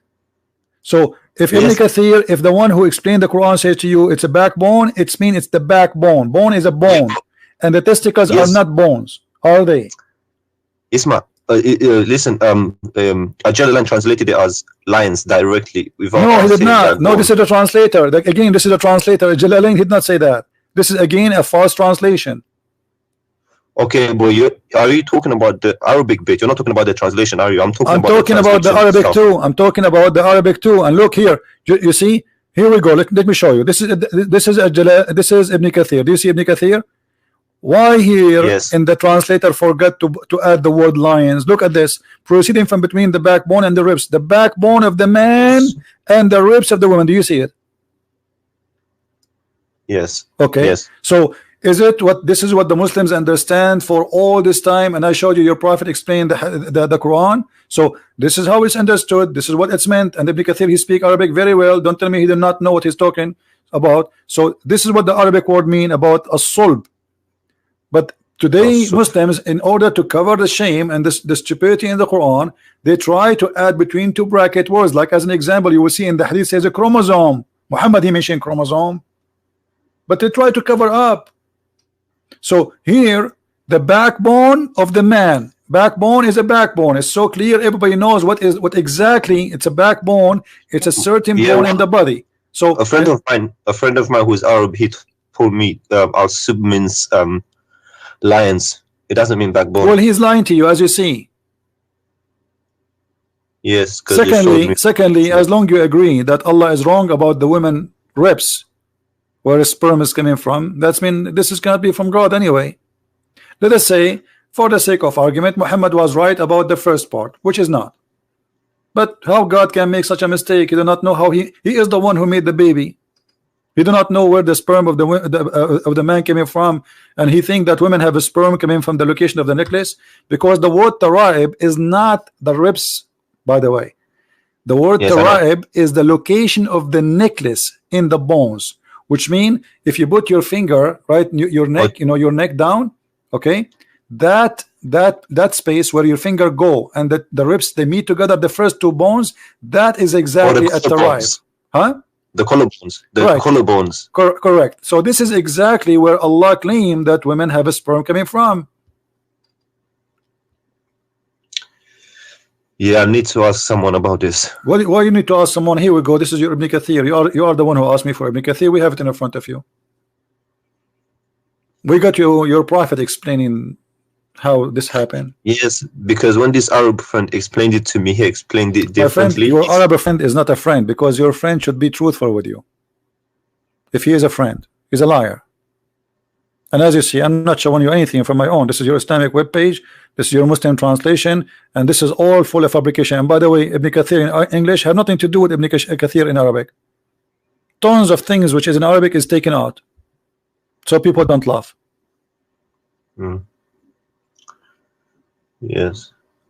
Well, is it okay if I get him to give you a call? Sure, anytime, no problem, no next problem. Time you're on. But okay, but let me ask you, my friend. As long you agree that you discover with me from what you gave me, you are the one who asked me to read those verses, correct? Yes. Okay, from all the verses you gave me, we found that they have errors. So don't you agree now that Allah can't be God? Well, some things there's things that they are open to more than one interpretation.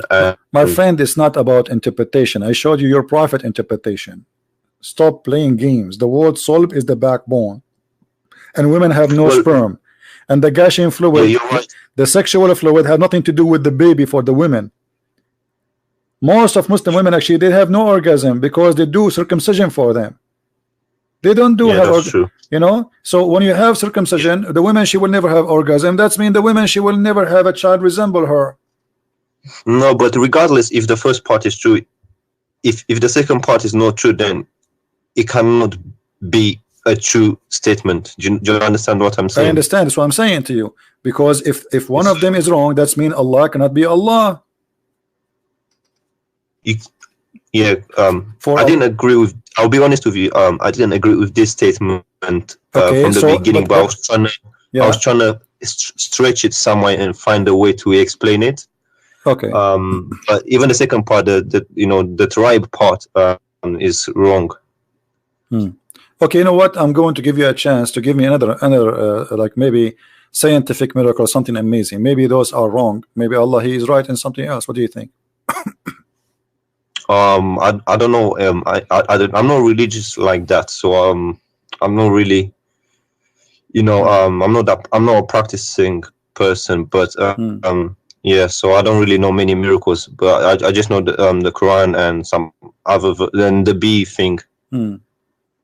And there is something the Quran is like, you like something very much in the Quran, but there is something you like about it.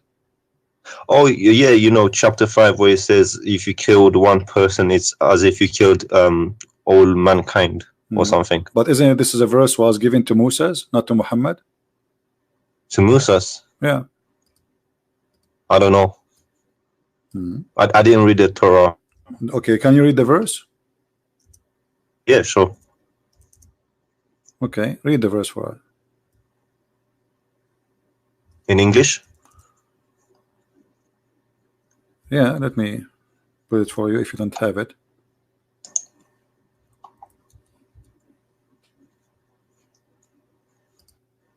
This is for the Jews, not for Muslims. Muhammad, he was killing people left and right. Read carefully. Muhammad, he was quoting what the Jews received from Moses, from the Bible.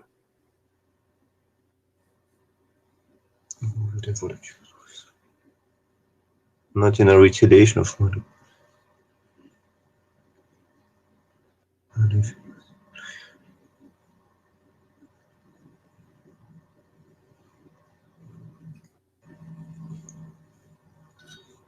Okay. But it doesn't say anything about Musa. It says, who is the one who gave the book to the Jews? Isn't it Moses? He was God on Mount Sinai. It doesn't matter, isn't it Moses, their prophet? Yes. Okay, so we give this order to the Jews. Obviously, it says the children of Israel, correct? Yes. Okay, who is the one who gave them this message? Moses. So this is a verse for the Jews. Okay, look at the verse after it. The verse after it, this is for the Muslims.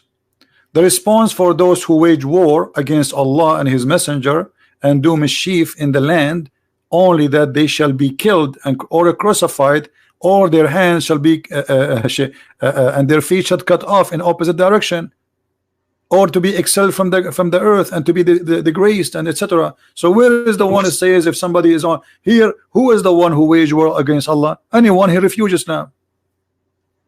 Yes, me right now, anyone who refuses Islam, waging war against Allah. And what's the interpretation for this verse? You can read any interpretation. It says it clearly. Those are anyone who don't refuse Islam. As long you like Ibn Kathir, right? Don't you like Ibn Kathir? Yes. Okay, Ibn Kathir says kill the Christians because they refuse to accept Allah and His religion. That make them wage war against Allah. Anyone refuse Islam is waging war. Can I call you back in 5 minutes? Yeah, sure. I need to go in. But don't go long, because I'm not going to stay forever here. 2 minutes. 2 minutes. I promise. No problem. Thank you. You're welcome.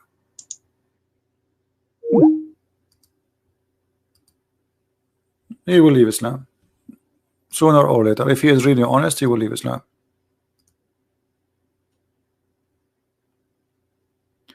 And if we go to the same verse, the one we say is, it says kill an innocent person, you will see Ibn Kathir saying innocent person is someone, he is a believer. Non-believers are not honest. Actually, there's an interview with the Chawadri with the BBC.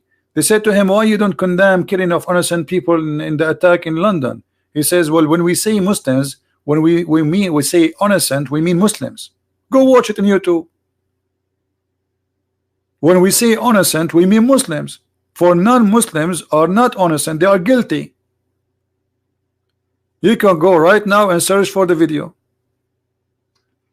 And right now, actually, any Muslim, he can call me and I will show you the interpretation of Ibn Kathir. Right now. We have Abbas. How are you, Abbas? Peace be to you, brother. How are you? I'm fine. Go ahead. I thought I'd just fill in the slot for 5 minutes. Is that all right with you? What do you want to say? Yeah, I want to talk about this verse, chapter 5, verse 32. Chapter 5, verse number 32. Okay, what do you want to say to us? Yeah, the brother was just mentioning the verse. All right. And you very rightly said what you said, that was Allah is saying, we have given to children of Israel. Right. It's true. Okay. But you have to read the both verses together, 32 and 33. Okay. Now, let me make my point. Verse 32 clearly says, those who spread mischief in the land or the murder, only for 2 reasons you can kill them. There are 2 reasons that you can kill. Mischief in the land or murder.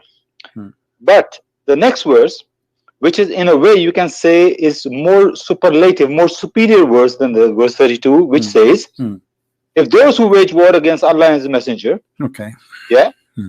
waging war is coming to kill you, or spreading mischief in the land, same two categories was mentioned in verse 32. Waging war, coming to kill you, or spreading mischief. What are you going to do with them? But in the verse 33, which is for Muslims, is give you options. In those options, there are options that you can even let them go. You can even throw them out of the land. But Allah says He gave to children of Israel only one choice. Okay, let me ask Kill you. them. Let me ask you. No, let me make my point. No, I got you. Okay, so you are, but we don't want to waste our time, Abbas, please. We don't want to waste our time. Just to make it clear, just wait. We are having a conversation. Clear my point. Did I make my point clear? No, you made your point. So you are saying those who they are waging war against Allah, correct? Those who wage war, we will do this to them. We will cut their hands. We will kill them. We will crucify them. Correct?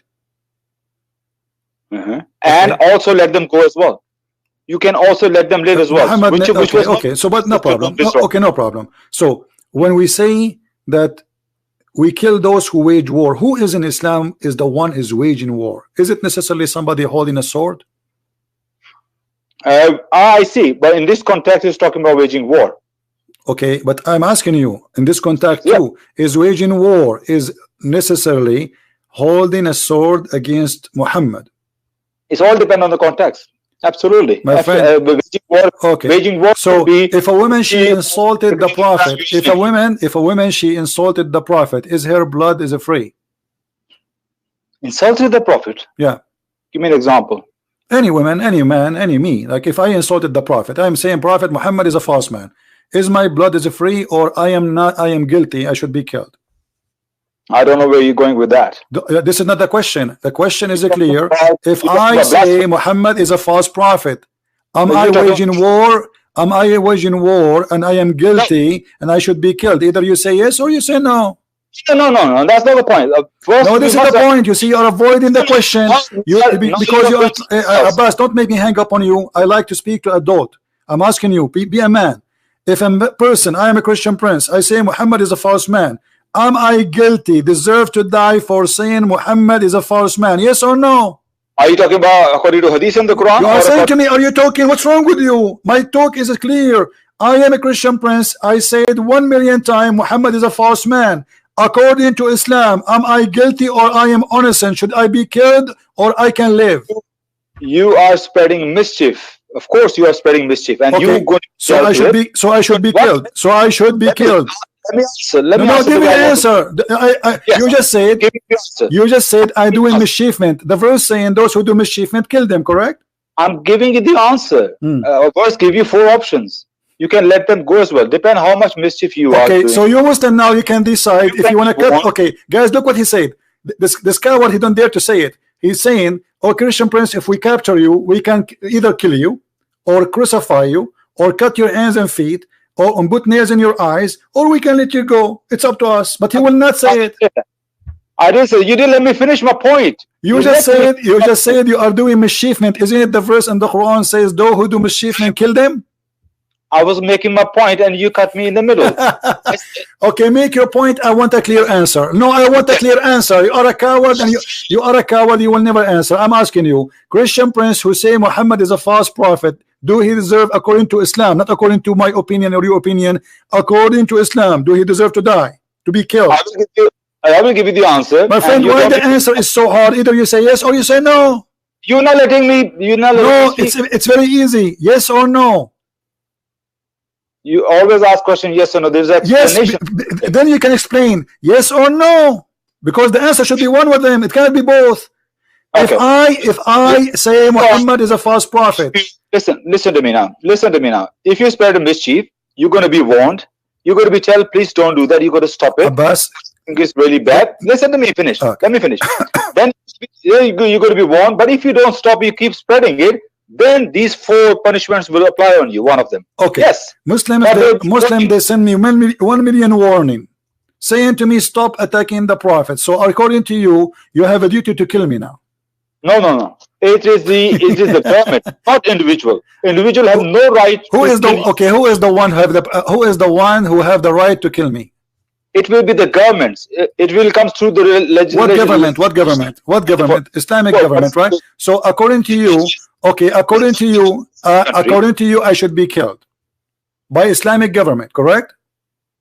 No, it's their decision, not my decision. No problem. But according to you, you just said, everybody heard you, because I say this is waging war against Islam. I am saying things against Muhammad, so I should be killed by the government. That's what you said. Are you going to be banished from the land? The four punishment will be. Get lost. Mischief is. Get lost. I don't respect you. You see, I have to play around the bushes to get an answer with those people. I have to shout, I have to scream, you have to play games with them. They are like, you know, you play cats and dogs, and you know, I mean, it's a shame. It's a shame. They have no respect to themselves. I mean, the answer is so clear, but because he live in the West, because he knew he cannot say that, because he knew that this is they might even go after him if he says that. So he don't dare the coward to say it. They are not proud about their religion no more. They're potatoes. And here we have a story about a woman. She insulted the Prophet.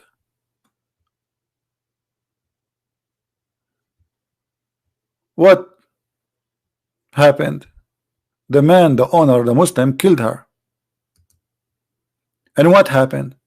Muhammad, he says, court, court, court, who is the one who killed this woman? Bring him here. They brought the man.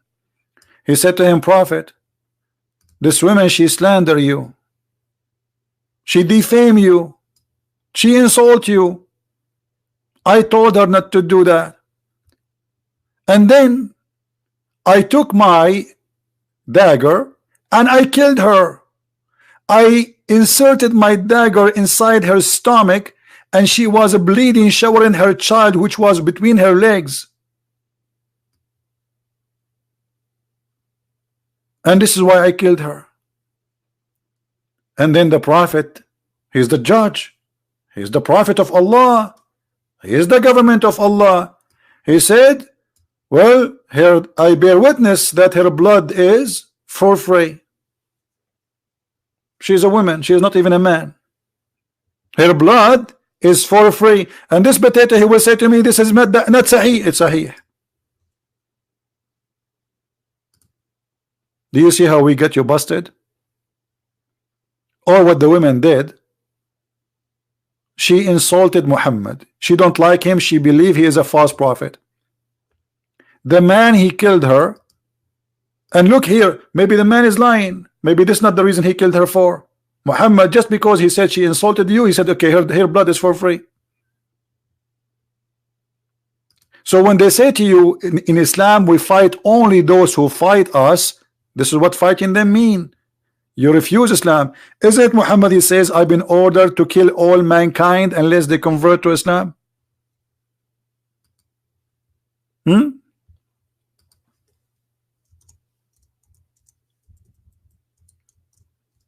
This is what Muhammad been ordered to do. His job is to kill all mankind. Either they convert or they die. It's in the front of you. It's not you waging war. You are already in war with Islam if you don't believe in Islam. You do not need to carry a war. You know, many stupid people in this world, they think if you attack Islam, they attack you on. This is not true. Muhammad, he sent 3 letters to 3 kings saying convert or else, convert or die.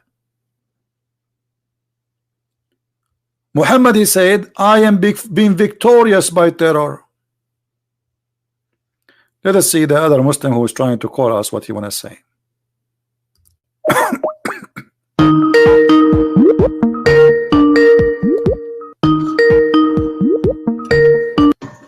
Yes, I'm back. Can you hear me? Yes, Saad, how are you? Yes, I was listening to the person that called you before. Okay. Yes, yeah, and I read the verse and I also read the tafsir.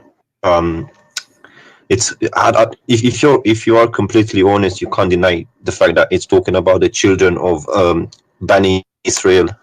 I am the one who told you that. Yes, and I went to read the interpretation, and okay. yes, I can send it to you on Skype if you want. Yes, but this is what I said. I said this is about the children of Israel.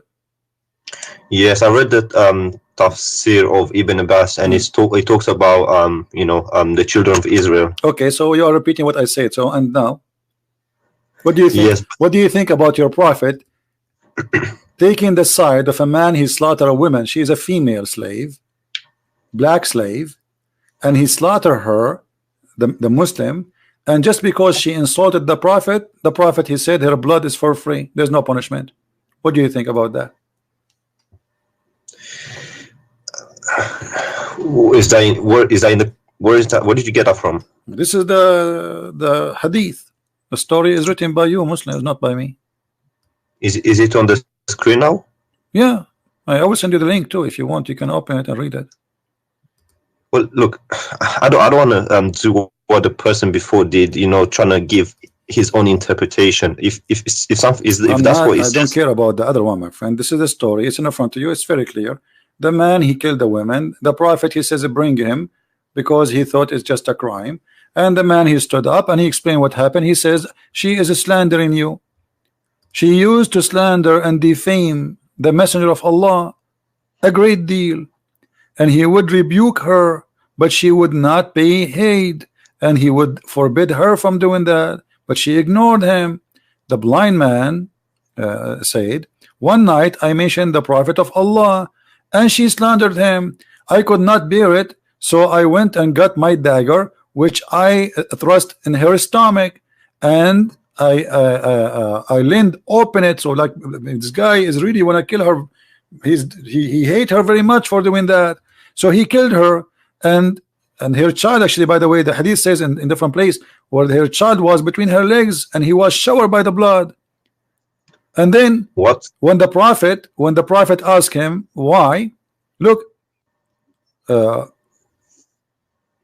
why she did that, he explained that because she is slandering, she is insulting. What the prophet judgment is, no problem, there's no punishment. Here we go. And that's a sahih. This is sahih. Yeah, here we go. This is the reference in front of your eyes. Mm-hmm. And who's reporting the story? Whoever report Ibn Abbas. You mentioned to me Ibn Abbas a second ago, so you cannot say he's not good. Yes. Okay, so this is Ibn Abbas. Yeah, well, that's horrible. If that's true, that's horrible. Well, Muhammad, he did more than stories. Muhammad, he split the woman two pieces by tying her legs to two different camels, and she is 80 years old, just because she insulted him too. Was she a kafir or? For sure, she's a kafir. Anyone is a kafir. All people are kafir for Muhammad. Anyone who don't agree with him, say to him, yes, sir, he's a kafir. I'm not going to deny it's true, because have you heard about the Charlie Hebdo case? Yeah, I know about it. Yeah, but this is not a big deal. I mean, this is normal in Islam. The Muslims they do that. My friend, Muhammad, he did that in his time. I don't care what Muslims do, because Muslims can be right, can be wrong. Like today, I cannot judge Christ by me, because I can be a bad person, correct? No, but if you get your teaching from the Bible, so then this is why we don't go after a Muslim doing something. We have to go to the roots. This is Muhammad. Yes, it's horrible what I've read. Okay. I must say, I'm not going to be lying. Why you want to stay as a Muslim then? Why you don't leave Islam? Well, because of my family and stuff like that. So what, your family? I mean, you are a smart person, and it's a stupid religion. It's an evil religion. It's an ugly religion full of lies. So because of my family, I will believe in stupid things. That's not right for you, my friend. You are smarter than this. In my heart, I know that something is fishy. But okay, I can't. My friend, I am not a Christian because my father is a Christian. Absolutely not. I don't care if he's a Christian or not. This is his business, because this is a personal choice. He will go to heaven or he will go to hell. It's up to him. So I'm a Christian because I made a decision that this is the right thing for me. I'm asking you now, just because of your family, they are Muslims, you will stay as a Muslim, but you agree right now with me that this is horrible. Quran is full of miracles, full of madness, stupid stories, flying carpet, The birds who are looking for women who have hair and have no hair in her legs. The ant who said to the ant, Suleiman is going to crush you, and Suleiman, he laughed at her word, but the ant is a mute, cannot even hear or even talk. They you know, creatures, they communicate, but they don't talk. It says he heard her words. So how in the world this can be from God? It's obvious. And you are a smart person who God bless you. He gave you the internet, he gave you a computer, he gave you technology, he gave you things, he gave us a chance, me and you, to meet and talk. So this is a blessing from God that you are in the end of the world, I am in the other side of the world, yet we are talking. This is really an opportunity, might not repeat again. So I'm asking you, as long you agree that this is a garbage cult, why you stay there? Just say I am out. Yeah, well, I have a Arab friend who explains things for me. He reads it in Arabic. Arabic. Your friend is not a friend, because he's a friend. He should be honest with you and tell you the truth. You just told me, he told you that the backbone means something else. He is not a friend. My friend is the one who honest with me. It doesn't matter what I'm talking about. Anything else, he is not a friend. Yeah, yeah. Like I said, in my heart, I know some things are fishy. And, okay, in your heart, something is fishy. So now it's not in your heart. It's in your brain. I'm not gonna be like you know, denying things that are so true or give my own interpretation. Like I heard the person before you, he was trying to make it fit with the West, and you know, but you know, if that's what he said, then you just gotta admit it. You can't deny everything I say. I never will say something unless it's true and I can prove it. Otherwise, people will laugh at me. Otherwise, and even Christians, they will lose their trust on me. You know, this is, and not only that, and on top of that, I have to fear God, because if I'm lying to you, that's mean I'm not Christian no more. I lost my salvation. So I have no reason to lie to you, my friend. But in Islam, officially, you can lie. Chapter 3, verse number 28. There's tons of verses. You can lie, and you will not be questioned by Allah. Even the Quran says, Allah will not question you for false oath. You can take even a false oath in Islam. In Christianity, Jesus said, say yea, yea, or nay, nay, which means you cannot take an oath.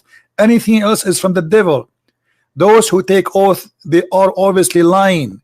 They jump to say, I will take an oath, because now he's saying to us, I lie all my life, but today I decide to be honest, so I'm going to take an oath. A Christian person should not take an oath, because he should be always telling the truth without oath. So we have a religion saying you can lie, you can make a statement which is a false statement, you can say something in your heart, but in your lips is something else. It's okay. Yeah, and here we go. This is Ibn Abbas, the one you like. It says, I don't like him. I just looked at. Doesn't matter if you like him or not. Who care about it? It's not about liking. We're not taking selfie with him. But this is what the teaching is. It says here that the Muslim who take non-Muslims as a friend, and he is sincere. If he is sincere, he who is sincere. Yes, I know. I know. Yeah. So if you do that, you have no honor, no protection, no mercy from Allah, unless what?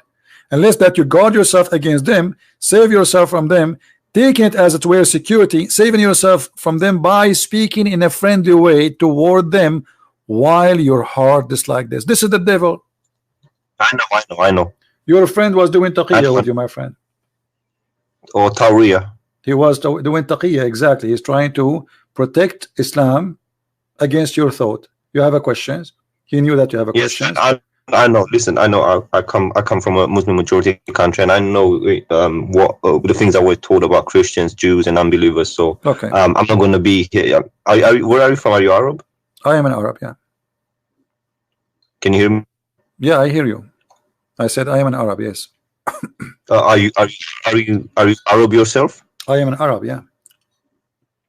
Yeah, well, then you know the things that we're told about Christians and Jews from a very young age. Yeah.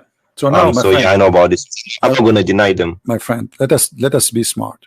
You are an intelligent man, and today you call me for a reason, and you just arrived to a conclusion that this is horrible, and we heard you saying that, and this is a great news for you. You are making your mind, and you are awake. So why you don't say I am out? I just want to ask you one more question, if that's okay for you. Go ahead. If you're not in a hurry or something. No problem. I've heard one of the things that make me wonder so much is praying in the direction of the Qibla. It doesn't make sense to me, because if God is omnipresent and everywhere, then there shouldn't be a direction to pray. God is everywhere. You can pray in whichever direction you want. So that's one of the things that doesn't really make sense to me. And I've heard many people say that the direction wasn't even chosen by Allah. It was chosen by Umar, but I don't have evidence for that. I'm not sure. Do you know anything about that? Yes, it says وَافَقَنِي رَبِّي فِي ثَلَاثٍ. My Lord, he agreed with me in 3 things. In fact, there's many hadith says he agreed with me in 7. Some they say 10. So Allah, he agreed with Umar in 3 things, and one of them is the direction and making the Kaaba as a prayer station. And here you need to ask yourself, what kind of God? He forgot about the Kaaba all those years. Muhammad was praying to Jerusalem all these years. Suddenly, Umar al-Khattab, he said, okay, well, let us pray to Jerusalem, pray to Kaaba, you know, and that supposedly was an idea from Umar, and Allah, he liked the idea. And not only that, you know, Allah, he took the words of Muhammad, and you know, he brought the verse exactly as Umar he said. And you are the one who said to me a few minutes ago, if you remember, that the Quran itself is a miracle, right? Yes. Okay, should Allah then copy Quran from Umar? If nobody can make Quran, but Allah take his Quran from Umar, how that can be? Yeah. Well, in the Quran it says, I can't remember the verse and so on, but it says that with Allah is talking, and it says, I've chosen the direction for prayer for you. So basically he said, I've chosen the direction. No problem. But you see, this is Islamic reference, and this is Muslims who preserve those references. It says, read carefully with me. So the verse was revealed the same as I had said. Do you see it? Yes. But I thought nobody can make Quran like the Quran. But Allah here is copying Umar, and he put what Umar said exactly in the Quran.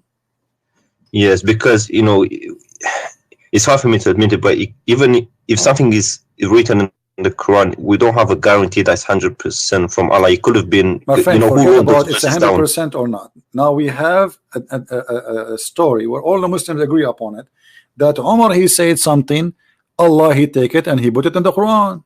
The Muslims agree, not me. This is not a Christian reference. So as long the Muslims, they agree that yes, Allah, he learned from, he took from Umar. Umar, he says something, Allah, he take it, he make it Quran. That's mean Umar, he's making Quran too.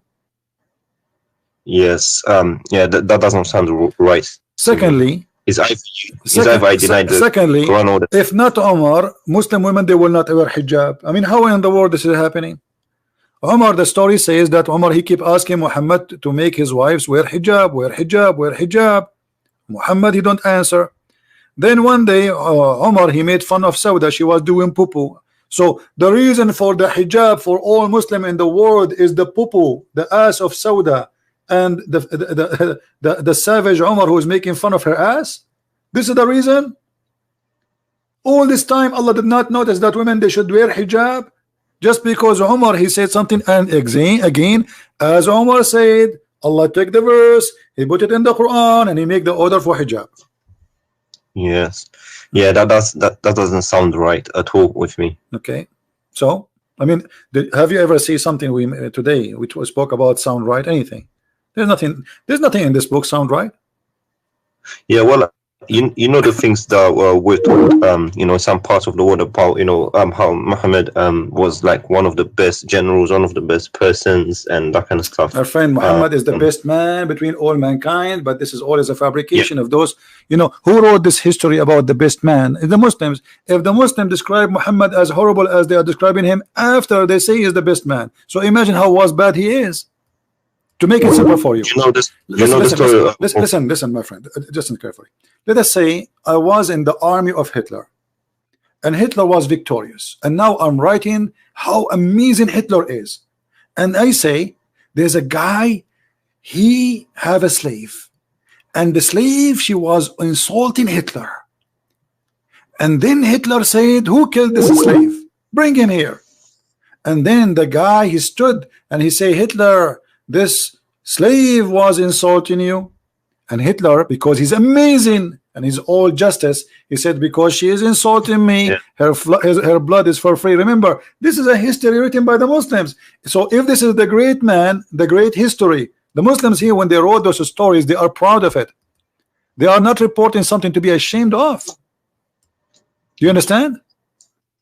Yeah, I understand. And even between the hadiths, there's disagreement between different schools of thought. My friend, no, the disagreement, let me tell you about the disagreement. This is all is a garbage talk, because the Muslims, when they disagree about something, is just to support a propaganda. As an example, if you are a Shia, you say this book I don't agree with. If you are a Sufi, everyone here have his own propaganda, so to support his ideas. Yeah. Otherwise, all those hadith, there's no guarantee, and the Quran too, there's no guarantee.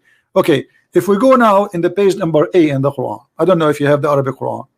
It says that this Quran, according to recitation of the following, or Hafs Ibn Asim and Asim Ibn blah blah blah blah blah. Okay, what is the Quran? There's no Quran. All of this is recitation. Yes. Okay, what is the proof? What is the proof that this is the true Quran? If Asim himself accused by a Muslim to be a fraud. And there's a Quran in Welsh. You know, people in Morocco, they have Welsh or Welsh. I don't know what it's called. There's many Quran. Yeah, correct. But yes, but my friend, but I'm trying to tell you that the idea of who support and who agree, this is depend in the propaganda and the agenda. As an example, the king of Saudi Arabia right now, to support his royal family, they push some hadith in the front. Don't go against the ruler. You know what I mean? It's a game. It's just to control. So political. Or exactly. So, but the hadith is there, and nobody can deny it. But if you have an agenda, you can say this is weak anytime you want. You can say I don't agree with it, because you are not saying I don't agree with Muhammad. What they will say, oh, this guy, I don't trust this report. You see, like, to avoid to be like you are a guy denying what Muhammad said, you say I don't trust this guy, but you don't dare to say I don't trust Muhammad. So this is a dirty game. Like when we show the Muslims saying the Quran saying that the sun set in murky water, they start saying to us, it doesn't say that. Say that again. Sun sitting in what? In a muddy hot water. In a what? What do you mean sitting in a water? The Quran says the sun set in a muddy water, chapter 18, verse number 86. How is that possible? You can't sit in a. This is what the Quran is saying. They ask Muhammad, tell us about Zulqarnain. Can you show me that, please? Yeah, it's in the screen.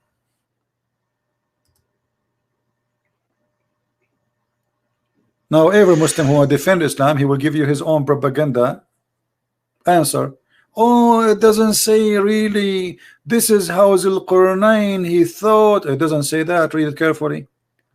The Allah is reporting, not Zulqarnain is not talking, saying that when Allah he established for him in the earth. What's Hamia? Hamia mean hot, boiling. Oh. Yeah. So we established for him. They are asking you. They ask you the same as the other stories. You know, they ask you about the crescent moon. They are asking him how the crescent moon happened. So he could not. He have no answer. He says this is for timing, but it's not a question. They are asking him how this happened. How this moon sometime is crescent, sometime it's round, but he have no answer. He said this is for timing. Then they said they're asking you about Zulqarnain, and there is no guy. His name is Zulqarnain. Have you ever heard of a guy that have a name Zulqarnain? The word Qarnain in Arabic mean two horn. Have you ever heard of a human have two horn? No. So the thingy, there was a legend. There was some legends. Yeah, I think I know where you this is Alexander the Great. There's a legend written about Alexander the Great by a Syrian person. A person from Syria. He wrote a story about Zulqarnain, full of fiction, but the person is real, but the story around him is fiction. So Muhammad, he took it and look. He said we established for him in the earth and we gave him all means. So he's a prophet of Allah. And then so he followed the way until when he reached the setting place of the sun. Can you tell me where the setting place of the sun? That's wrong. It can't scientifically. It can't be. You know, he doesn't have a. But he is saying until he reached the setting place of the sun. This is the one who's talking is Allah, not the guy. Well, that's not right. It doesn't make sense. That's stupid. Not only not right. So it's not a place because if you're in China, right? Yeah, it's going to be different. No, my friend, the sunset everywhere. I'm talking to you right now. It's sunset in my house, and I can see the sun setting from my window. I do not need to go anywhere. Correct? Yeah. Okay. Until when he reached the setting place of the sun, he found it. When you say I found it, I'm reporting a find. Correct? It's a fact. It's not like he thought, as Muslim they try to say, he found it sitting in a spring of Hamia. And the Muslim they say, oh, he meant like when he saw the sun going in the ocean. Oh, first of all, my friend, it doesn't say ocean. It says a spring, and a spring is not an ocean, correct? Yeah, spring is water. Okay. Yeah. Why it says a spring? Because there's legions about the you see, still water and spring water. No, there is like many. They could not explain why some places in the earth have boiling water in the ground.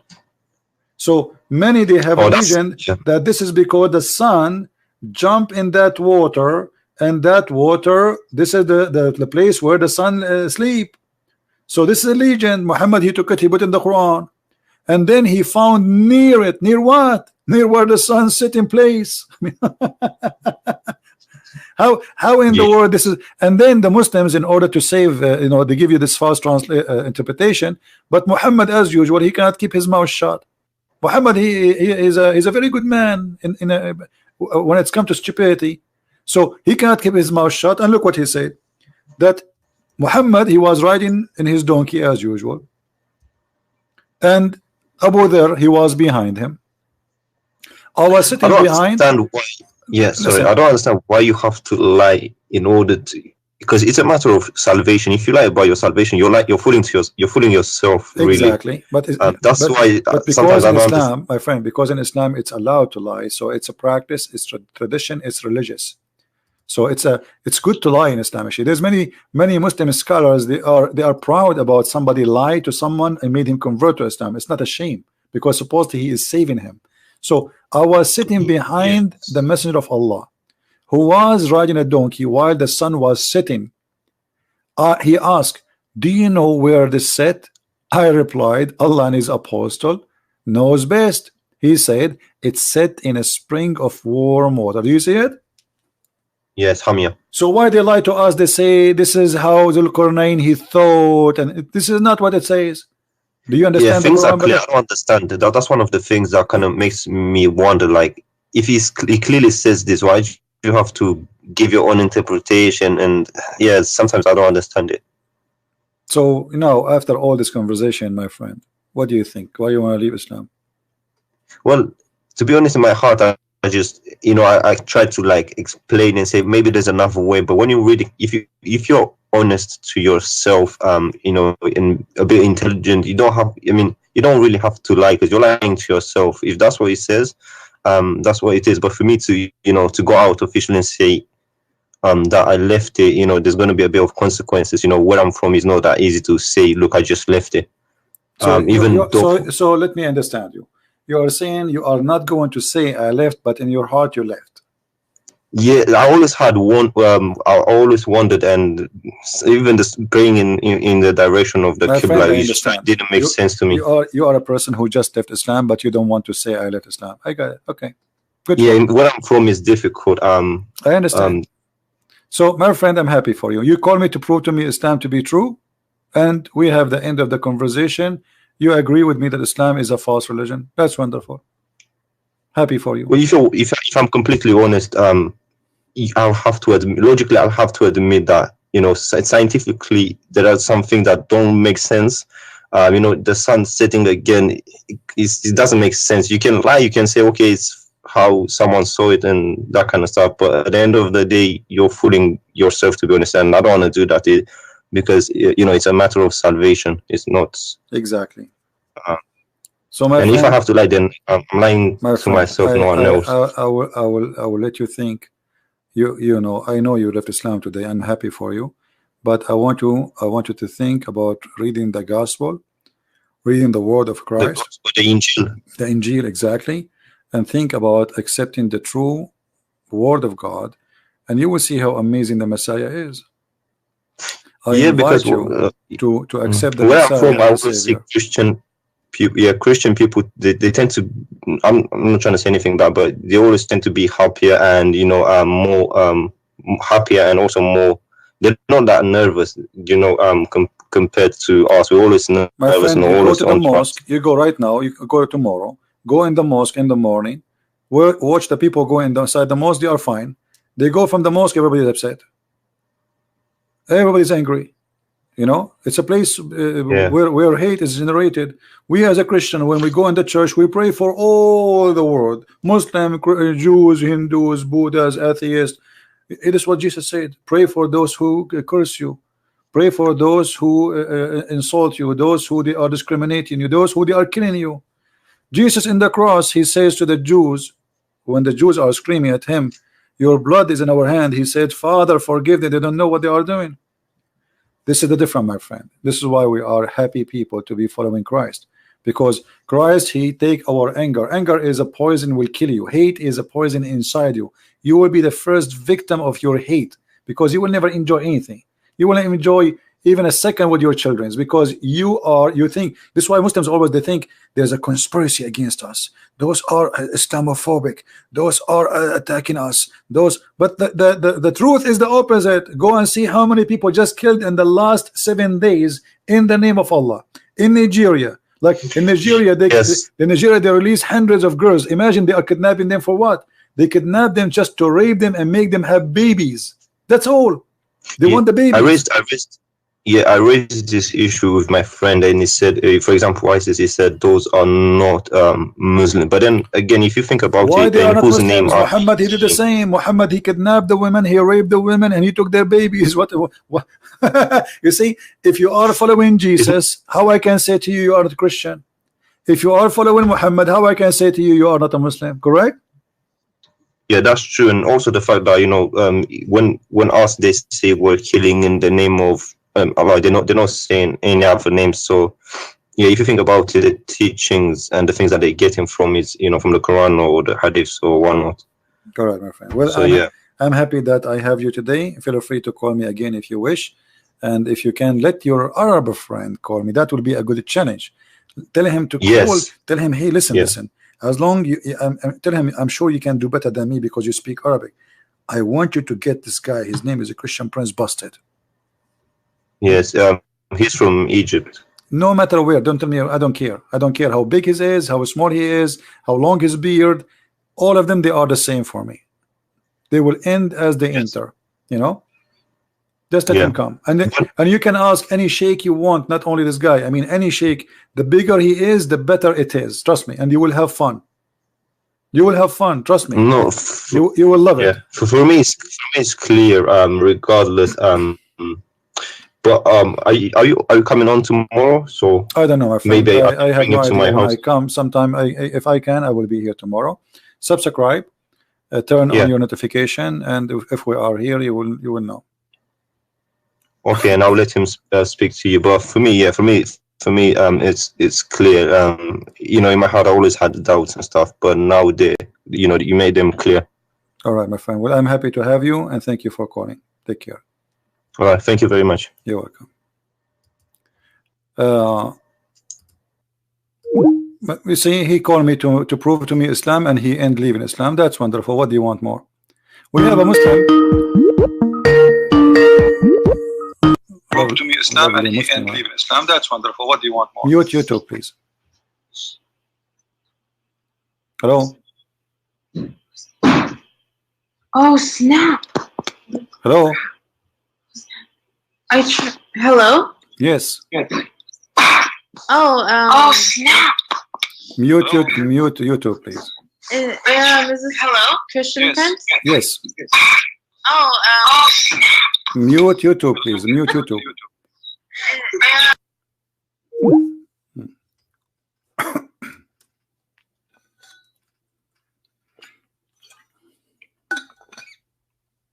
She hang up. We have a Muslim. His name is Malik. He says a 3-in-1. He is laughing. He's laughing at his God. Isn't it your God? He says that Isa is a 3-in-1. Are you there, Malik? Isn't it this is your Quran saying that Isa is a 3-and-1 in the same time? Where are you? Where are you, Mr. Malik? How 3 can be 1? Malik is saying that. Malik is making fun of his God. He's saying this is stupid. How 3 can be 1? This is stupid, my friend. I mean, who in the world want to believe in 3 as 1 except if he is stupid? That is Allah. Allah saying that Isa is a 3, but yet he is 1. And Malik, you don't agree with Allah. How are you doing, Malik? Yes. Oh yes, hi. So I wanted to ask you some questions about Christianity. Sure, go ahead. But our topic is about Islam. Why you don't want to talk about Islam? I'm just curious. I see you always debate Muslims and you know, and okay, go ahead. to try to prove them wrong. So no problem.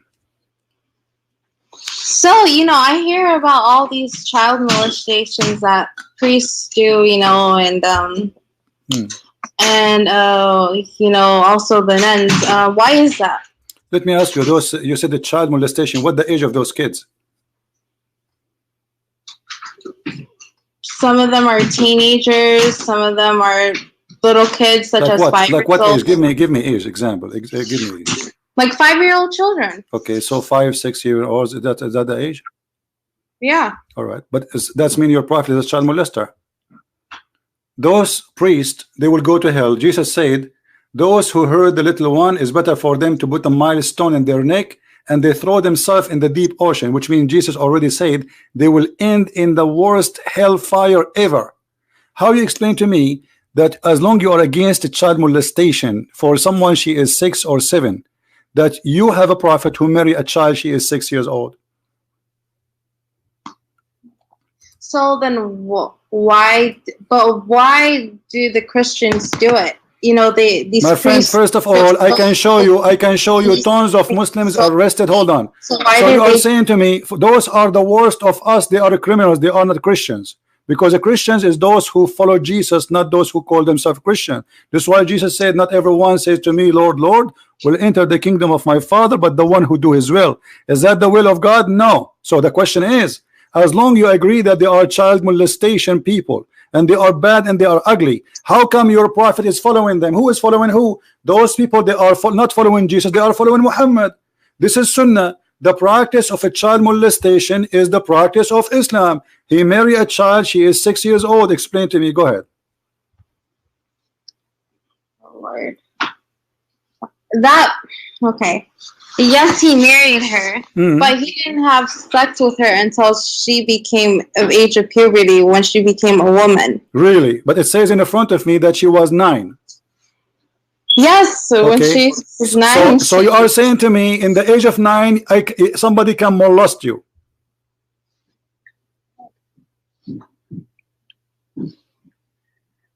I mean, in today's society, it's different. What in today's society? Here we go. See, there's nothing is called today's society, and there's nothing is called in the before society.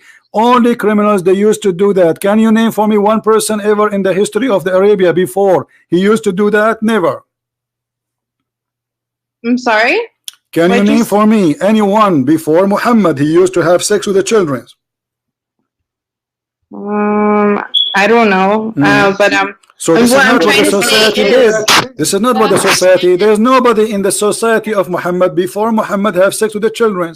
So Muhammad is the first to start this tradition of having sex with the children. Secondly, Aisha, she never have her period, and this is why in the hadith it says the reason that Aisha, she was allowed to play with dolls even she was 14 years old, because she don't have her period yet. So Aisha, she is 14 according to the hadith, and yet she is considered as a child, and this is why the prophet allowed her to play with her dolls.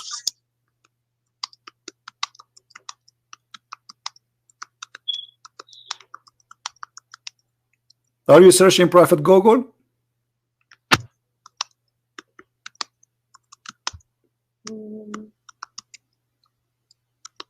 I hear Google talking, I don't hear you. Hold on. I'm holding.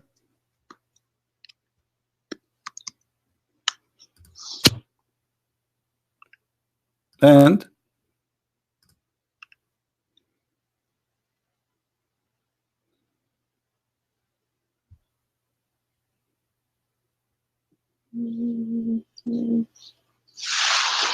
hello?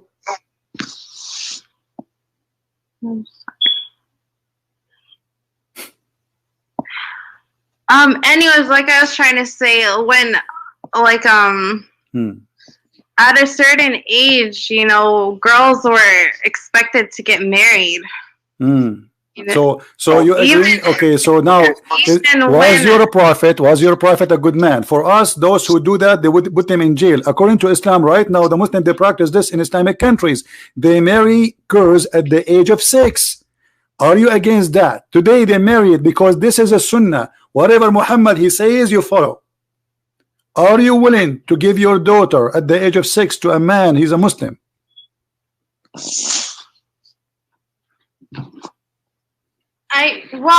Oh God. Like, oh gosh. What is that? Well, I wouldn't. When she became a teenager, if she wanted to get married, yes, I would allow her to. My friend, with my respect to you, with my respect to you, I said 6 years old. Your prophet, he made it clear that this is everything he do. Muslim, they follow. Muhammad, he pray like this, you pray like this. Muhammad, he marry like that, you marry like this. This is sunnah. So Muhammad, he marry at the age of 6. If a big sheikh like Shabir Ali, he come round and he want to ask for your hand, or Zakir Naik, Zakir Naik is 54 years old. Your daughter is 6 years old, and he came to marry your daughter according to Allah teaching. Are you willing to do that? I would advise her to wait. Oh, you advise your 6 years old to, guys, she will advise her 6 years old daughter to wait.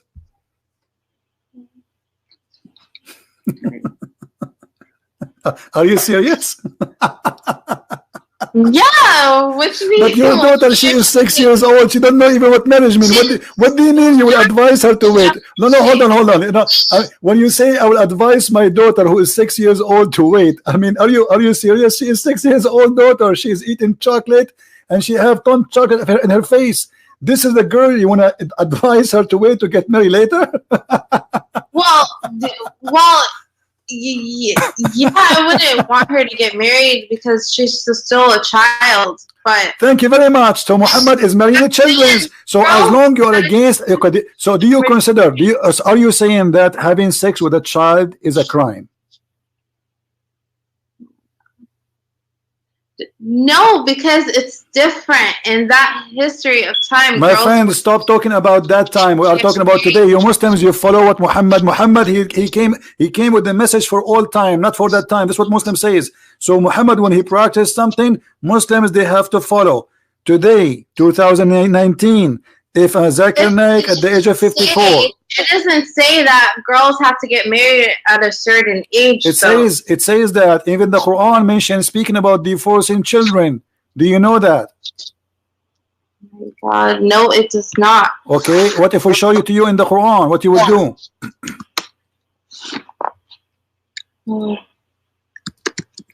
Do you see my screen?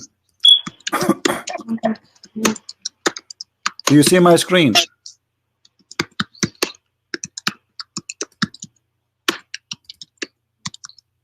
Here we go. Google again. Hold on. Do you see the screen? It says divorcing children. What do you think about that? The Quran have rules about divorcing children.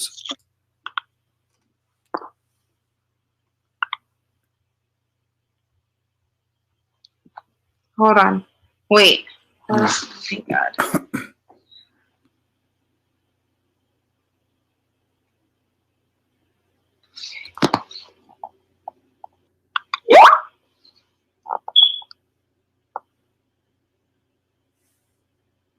Look, if you cannot. Okay, so in the it is in the hadith. You cannot force anyone, your daughters, to marry anyone they don't want to. I was talking about force. You can give a child some candies, and she will go with you to the bed. She's a child. She doesn't know what she's doing. What are you talking about? She is a kid. So if a filthy man, he gave a child some candies, he can take her to his home. This is not like, listen, don't tell me you cannot force. Because she's not mature enough. Thank you. So why, okay, she is not mature, she is a child. Why you're a prophet? Let me ask you, why you're a prophet at the age of 54, he chose to have a child in his bed?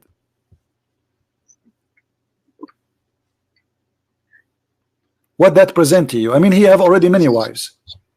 Why he choose? There's many women. They are women, already women, growing women. Choose one. She is maybe 17, 18. You know, child. This is 6 years old. She is 6 years old. How in the world somebody is 54? He go after what he saw in that child, make him get tempted.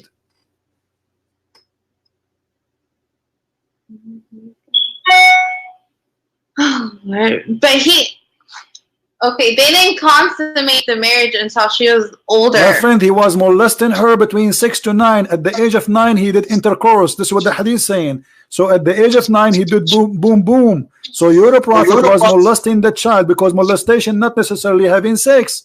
He is molesting her. So from the age of 6 to the age of 9, she is his wife, already his wife. He can do whatever he wants with her. At the age of 9, he did intercourse. He is not engaged to her at the age of 6. He did marry her at the age of 6. So now we have a man, he is 54 years old. We have a child, she is 6 years old. What they share together. Someone, he is a man at this age, prophet of God, busy delivering the message of Allah, and we have a child, she is 6 years old. So what we will do now? What is the reason for that?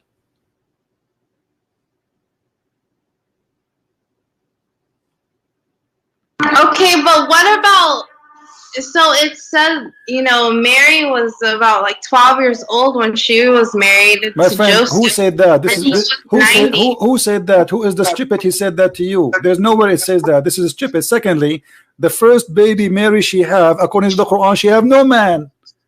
Are you saying to me the Quran is lying? Because the Quran said women, Mary she was. Listen, but it says in Christianity. where nowhere in Christianity it says Mary she was 12 years old when she gave birth. This is a lie. Oh, really? Yeah, this is a lie. Show me the verse where. There's nowhere. Secondly, Mary she was a virgin. What merit? According to the Quran, Mary she never have a man. And the first child she have, in order for anyone to have a child, she have to be a woman. A child cannot give birth. So she have to be a woman. This is number one. Number two, the child she have is without a man in both books, in the Bible and in the Quran.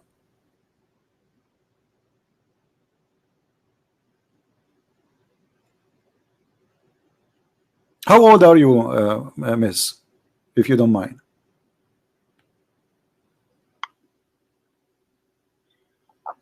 I'm 20. Okay, let me ask you, do you believe that women are half a brain? I'm sorry? Do you believe that women are half a brain? That women are hard to what? Half a brain. I'm sorry, can you repeat that again? They are half a brain. Their brain is not, they have deficiency in their brain. Do you believe in that? Like, what do you mean? The question is very simple. Do you think women who they are female in gender, they have deficiency in their brain? Do you believe in that? I don't know. I mean, like, men and women think differently, and this is not a question. I'm talking about deficiency. Do you know what deficiency means? I think you speak English better than me. Deficiency, it means they have something wrong in their creation. Their brain is not functioning correctly, correct?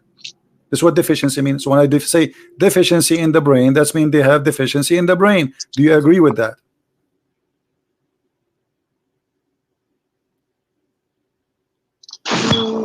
Why are you asking this? I want to see your opinion about what some people think. Some people think women are not smart. So do you think women are not smart, women are stupid, and men are smart? No, You don't agree, right? I agree with you. I don't believe in that. Their own way. Okay, so women, they can be smart, right? Women, they are smart, not stupid, right? Yes, one of the greatest scholars in Islam, you know, it was Aisha. Aisha, she was a scholar, guys. Did you take this? Aisha, she was a scholar since when? She was the first. Listen. Okay, I want you to read this. Your prophet saying that most of women, they will go to hell because they have deficiency in their brain. What do you say to your prophet? What are you talking about, man? Here we go. It's in front of you. Where did you get this idea? It's not me who get the idea. This is in your book. It's in front of you. Read the story. It's in the screen. Read it for us. Go ahead.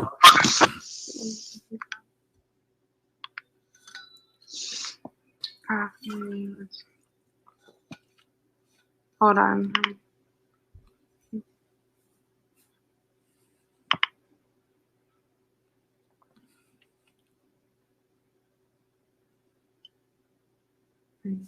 Yes. Okay, what are you trying to show me? I'm showing you that Muhammad, he claimed that women, they will go to hell, most of them, because they have deficiency in their brain. I will give you the link. I will give you the link so you can read the hadith. I just see you. I just see the I guess some hadith that you're trying to show me that when she got married, I don't see anything refresh your YouTube. I just sent you the link. You can open the link in Skype. I send it to you. Muhammad, he says, he saw a bunch of women. He says to them, give it charity because majority of you will be in the hellfire. A woman among them, she said. And why is that, Messenger of Allah? He said, because you are cursing so much, meaning you are ungrateful toward your husbands. He said, and I have not seen among you any of those lacking in intellect and religion who are more difficult upon people possessing reason and insight than you. So Muhammad, he think that women, they are the most stupid people ever, and they cannot process any information, and they cannot incite anything. They are really, really, really stupid. That's what he's saying. And he said this is deficiency in your brain, and this is your so this is the deficiency of a woman according to your prophet. Your brain is not functioning. And he said you have deficiency in religion too because you have your menses. So what do you say?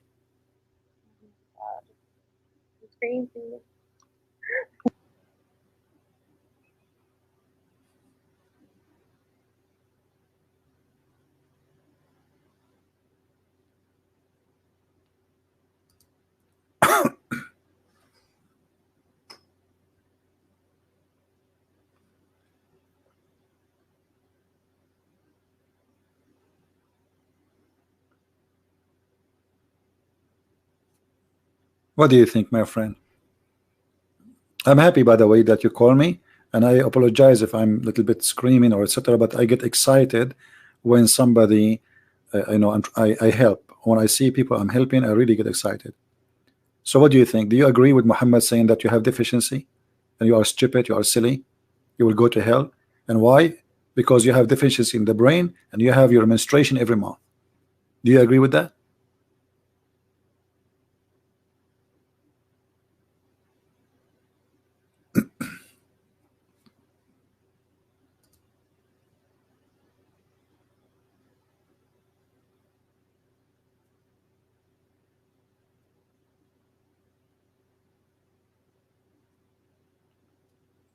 Are you okay?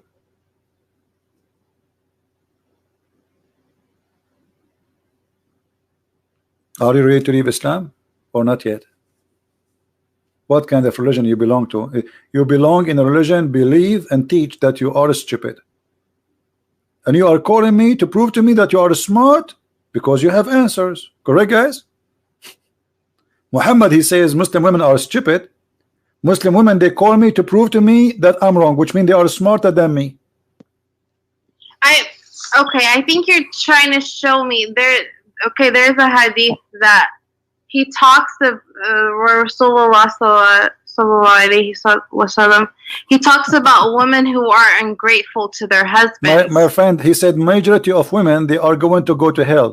And let us say a woman, she is ungrateful to her husband. How that is deficiency in her brain? Maybe he is not a good person. Maybe she don't like him. So how that is prove that her testimony is equal. One man is equal to two, and how their menstruation have to do with going to hell. Oh my God! When it says that one man is equal to two women, they meant because like sometimes they need two women as a witness because sometimes the woman forgets. So you agree with with Muhammad that women are stupid and men are smarter. But that doesn't mean saying they're stupid. Well, yeah, because it says if one of them, no, because it's saying that the man is accurate and the woman is wrong. So one man is more accurate than two women.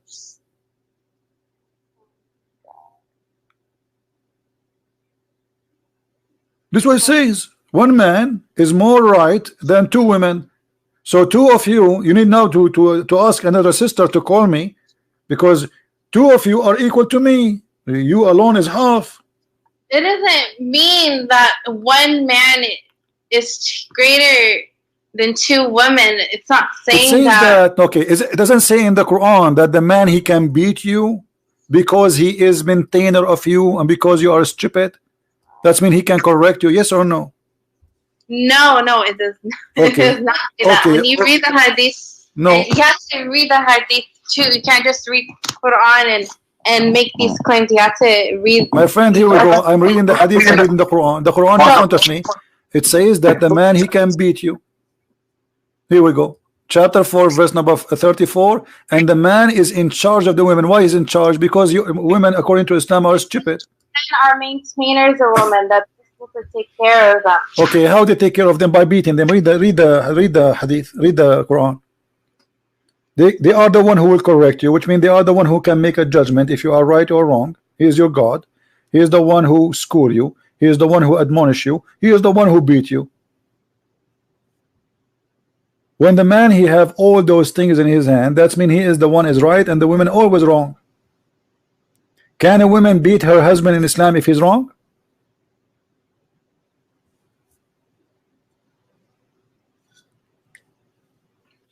Give me 1 second. Hold on. No problem.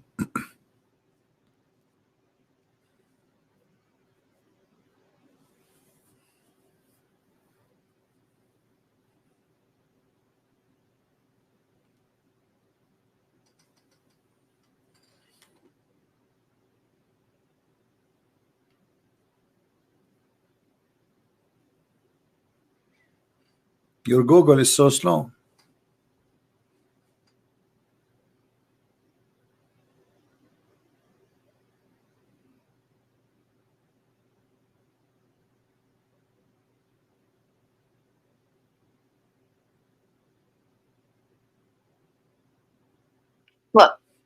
Look, the prophets, you know, he talks about being like honoring your wife and being okay. So if your husband he beat you, he's honoring you.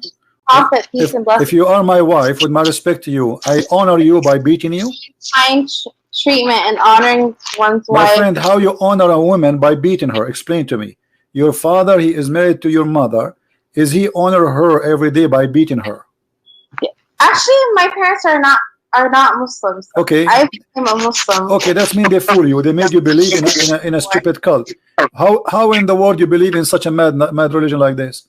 A religion says that you are going to be a sex product in the heaven of Allah. Allah will give the Muslim man hundreds of women for sex, and you will be a sex toy in the heaven. How you accept that? How you accept the book saying that the man he can beat you?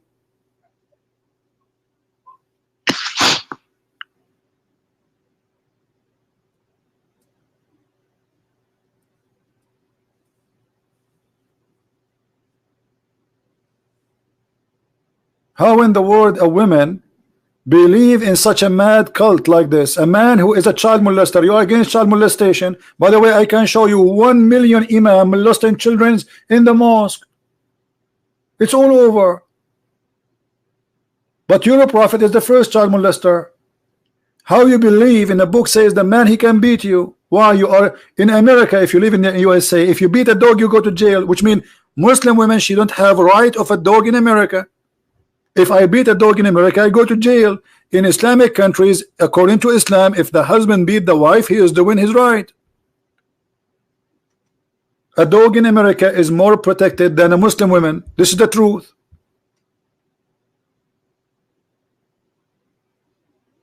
So how a smart person like you accepts such a cult like that?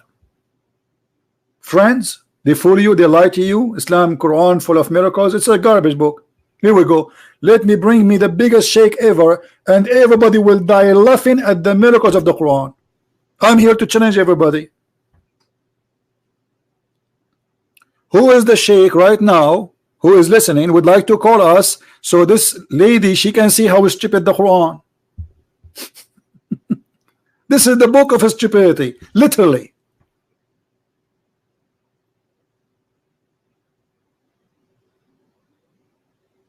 Are you there, my friend?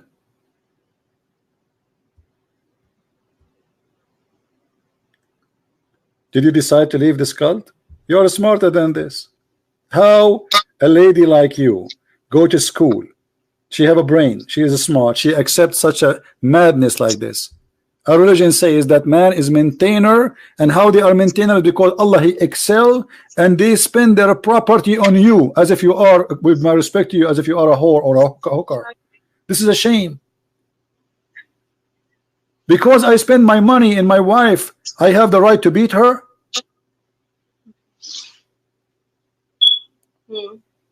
You are not for hire, you are a wife.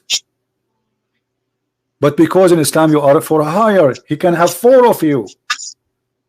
Are you preparing yourself that your husband Ahmed is going to have 4 wives like you, and then by one word send you text message he would divorce you and he will get a new brand new 4?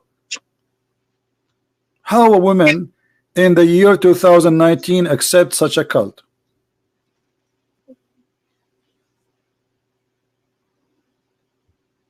It's your friend, my friend, I know. You have a friends in school who fool you. They made you believe that this is an amazing religion.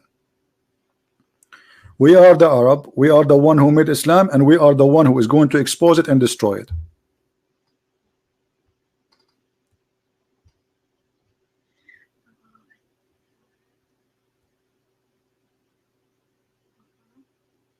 Okay.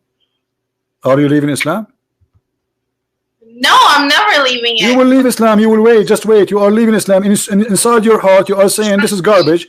This is why you are so silent. You have nothing to say. Yes, because I love Jesus. No, you see, you have no answer. Do you have an answer? You don't. She hang up.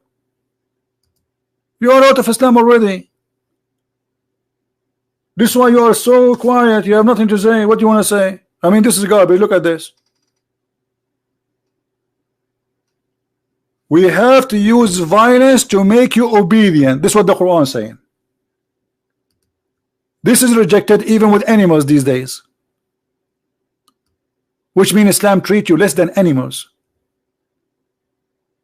If an owner of a dog in America, he forces his dog by violence to obey him, he go to jail. A woman in Islam, her husband, he have the right to force her by violence, by beating her, so she will obey him. How? Hey Muhammad, how are you?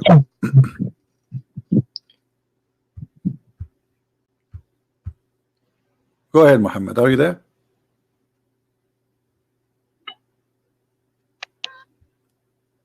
Hello.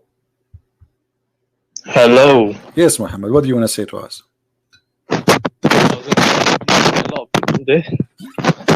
Don't move your microphone. It's making bad noise and we are losing you.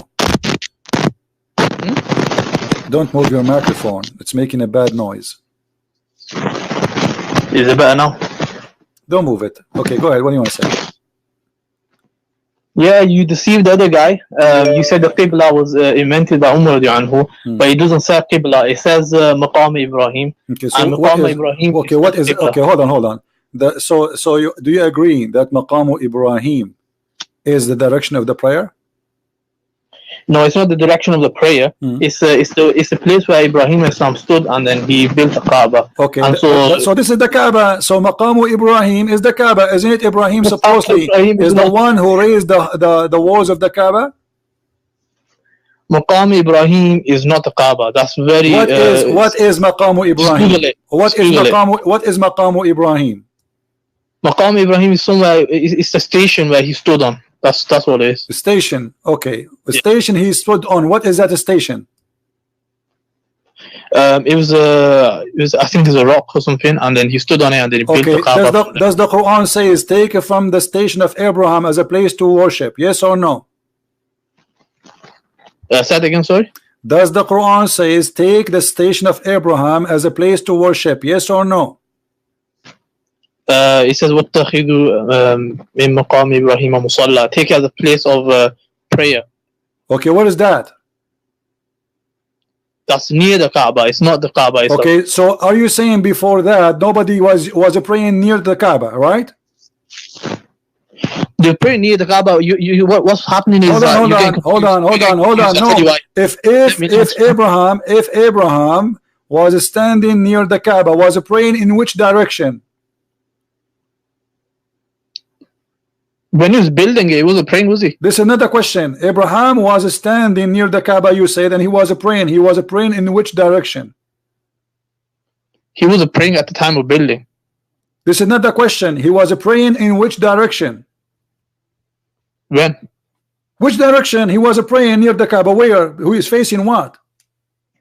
You're just facing the Kaaba. Thank you very much. Wait, what are you talking? You haven't made any. So you are saying he did not ask them to face the Kaaba, but just do what Abraham do and face the Kaaba. No, I'm saying you quoted the hadith. In the hadith, you said that Umar anhu said face the Kaaba, which was incorrect. Umar never said I want to face the Kaaba. He had the desire that people pray at the place where Ibrahim Islam stood. That's okay, what what is that? What does that mean? Are you saying to me, but that's mean nobody used to pray there in the time of where Abraham he stood, right?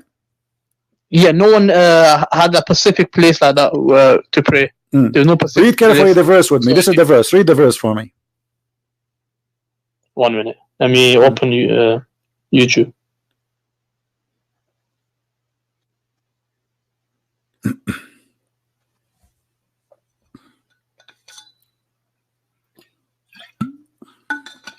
And mention when we made the house a place of return for the people and a place of security, and take from the standing of place of Ibrahim a place of prayer. Okay. And we charge, So is it about the Kaaba? No, this is regarding the Maqam Ibrahim. No, hold on. No, it says, and we made the house. What house? Yeah, that is talking about. That's okay, about. And he is quoting this verse. You crazy? The hadith saying this verse about the place of Abraham. It is my words. So all of this is what the man, his name Omar, he said. Maqamu Ibrahim is the verse which he is quoting. He is not quoting the whole verse. He is quoting the whole. He's quoting a sentence to tell you which exactly he is speaking about. So this is what he meant. And before that, the Muslims was praying to which direction, if you don't mind to say?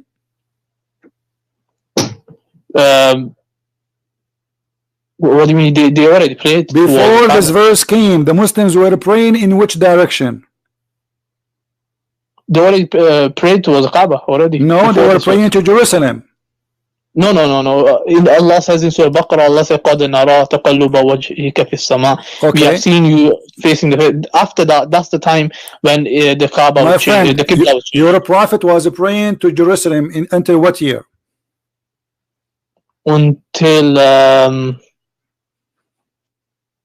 I think it was when after the migration. Okay, you are saying to me this is happened in the chapter of Al-Baqarah, right? Yes, Surah Baqarah. Yeah. Okay, isn't this is Al-Baqarah too? Yeah, this is So? Yeah. So it's the same.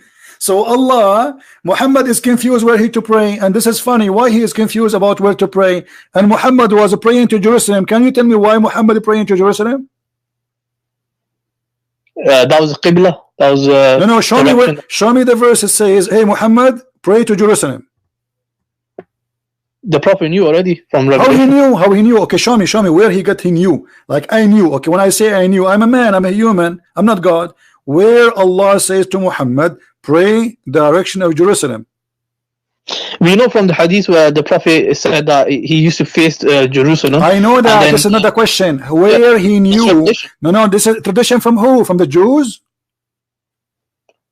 Of course, Allah revealed the revelation to the Jews as well. Okay, show me where Allah revealed to Muhammad to pray to Jerusalem. Yeah, just by the mere fact that he was praying, that shows that was revelation. He already hold on, guys. Muhammad, he prayed to Jerusalem, but he did not need a revelation from God. So why he's God? He has it in his knowledge. That's it. What do you mean he had in his knowledge? Muhammad is born with knowledge about revelation? No, Allah reveals to him knowledge. Okay, as long as he revealed to him knowledge, how he revealed it? He gave him Quran. The Quran is not the only knowledge Allah reveals to the Prophet. When Allah revealed to him, he revealed to him what? Words? Or he what revealed to him? Not just the knowledge. Sometimes he reveals so what the knowledge. Is like he smelled something coming from Jerusalem, he starts sniffing and he decide to go towards. When you say knowledge, what does that mean? You don't know what knowledge means. Okay, I do not know, because you are saying to me knowledge is not Quran, knowledge is not Allah speaking to him, knowledge is not Jibreel telling him, because it have to be one of those. Show me where knowledge it says, show me where the knowledge, how he received the knowledge, and where you get this conclusion from. What confusing? He didn't get confused. My friend, as long you are saying to me he have a knowledge, where Muhammad he got the knowledge? You said from Allah. How Allah said the knowledge to him? However he sent it, that's it true. It's not my concern. Well, isn't it the Quran says وَمَا هُوَ إِلَّا وَحْيٌ يُوحَى, which means everything is inspiration, so it had to be Quran. No, everything is not Quran, obviously. It's, we also for sure, not everything is Quran. As an example, Umar ibn Khattab, he made Quran. So there's many Quran. This is not the question. Muhammad received knowledge from who? Did Allah speak to him?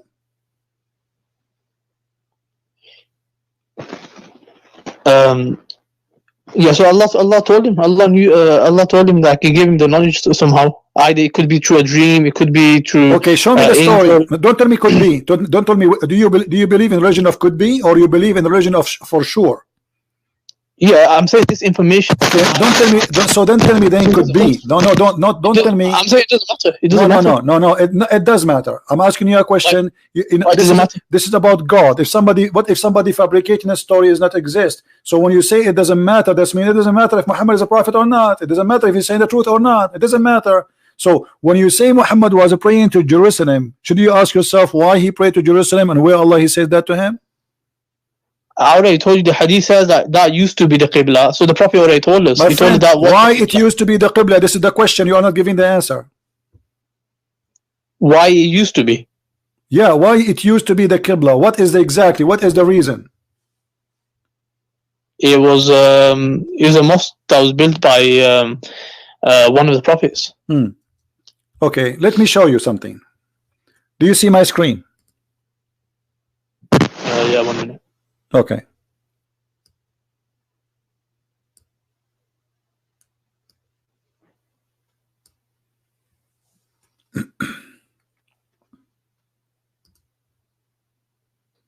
O you who believe, the idolaters only are unclean, so let them not come near the inviolable place of worship after this is their if you fear poverty, Allah shall preserve you. So yeah, what about that? Okay.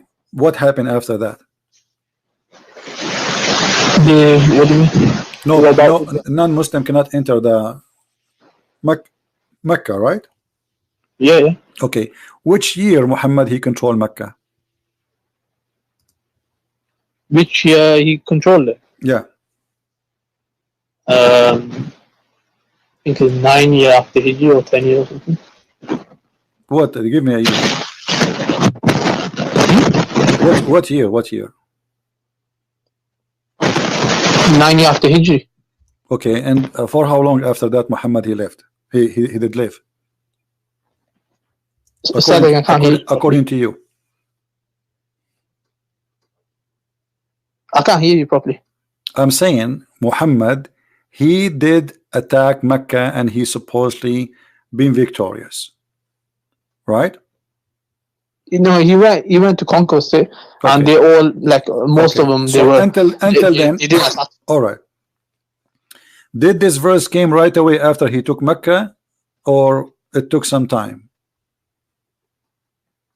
I don't know. It might came after a bit. I don't know. Before that time, Muhammad was praying in which direction?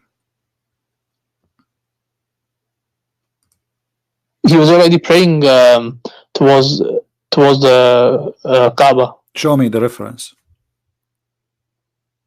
So the Masjid Qiblatain. My friend, that is in Medina. My friend, don't tell me the Qiblatain. What Qiblatain? Show me the reference where, when Muhammad he start praying to Mecca.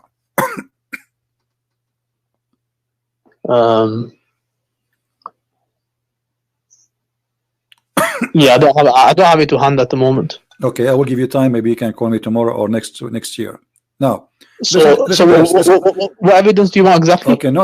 Listen, when Muhammad he changed his mind about when Muhammad exactly he changed his mind, and you will find this is when Omar he said to him, that's what it is happening, and you can go right now and read the interpretation.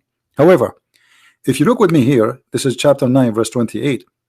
It says, if you fear poverty, what is that? Why the Muslim they will fear poverty?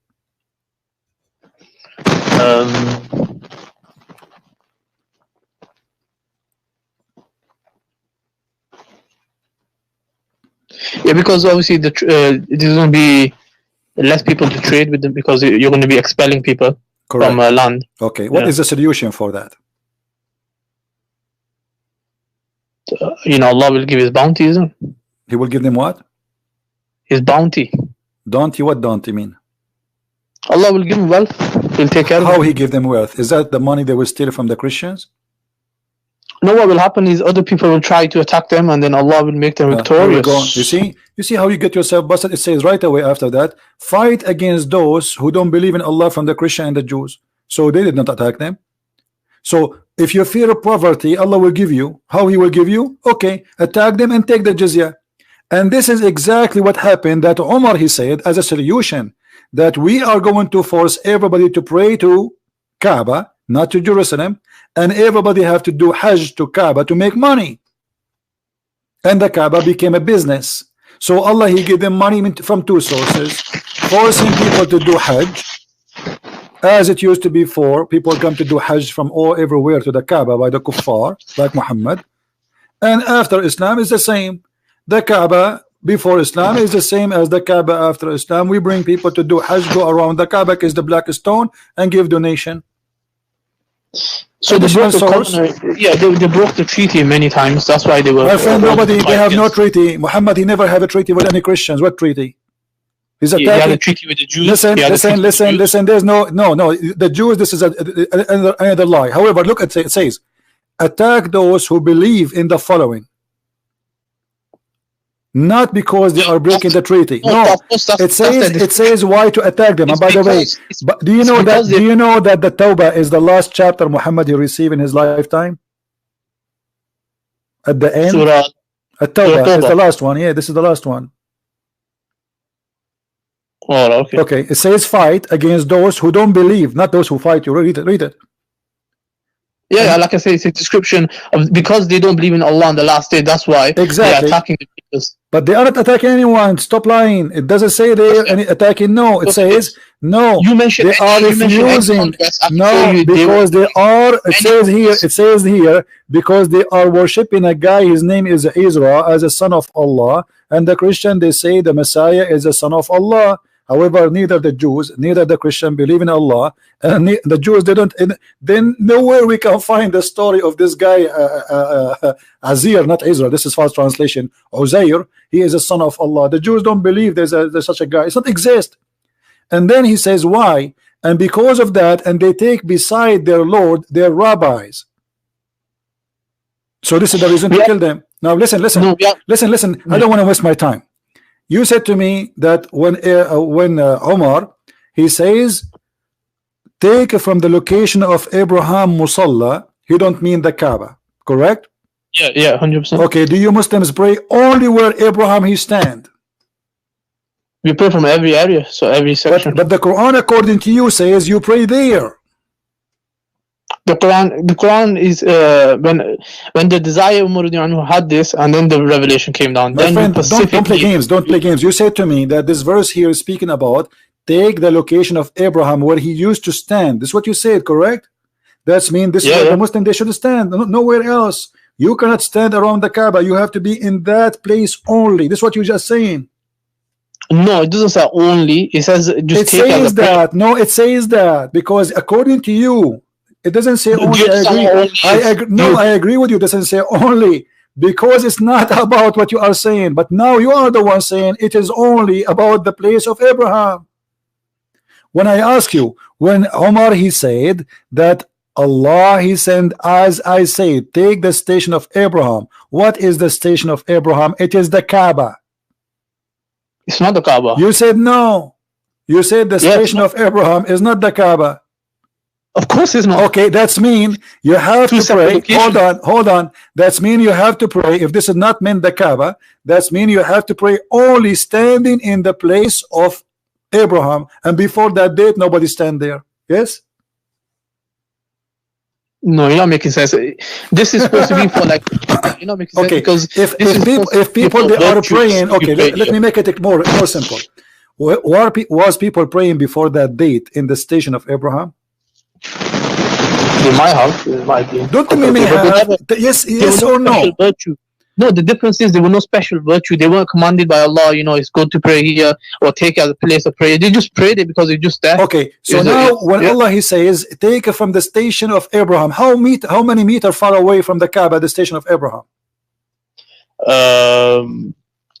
About 10 meters, maybe something. 10 meters, guys. Allah he says, pray 10 meters away from the Kaaba. This is what you're saying to us, right? Yeah, but it's not specifically talking about the Kaaba, is it? Then you was incorrect. You just go, you eat it.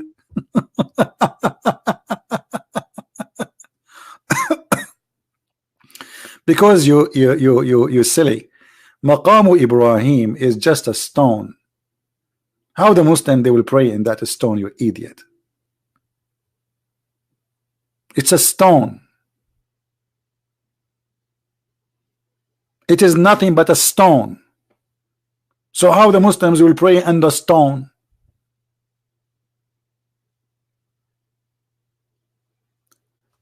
Take the station of Abraham, take the place where Abraham he used to pray for. Do exactly as Abraham, because Muhammad he forsake the tradition of Abraham all this previous time. He was not praying to the Kaaba, he was praying to Jerusalem. And according to Muslims, this is the tradition of the Abraham. He pray in the direction of the Kaaba, and he have a stone. He stand on it. This is the maqam. It's not even a place. It's not even a building. And later the Muslim they start building things around, and the same as the Kaaba. They change. Even the location of the Kaaba today is changed.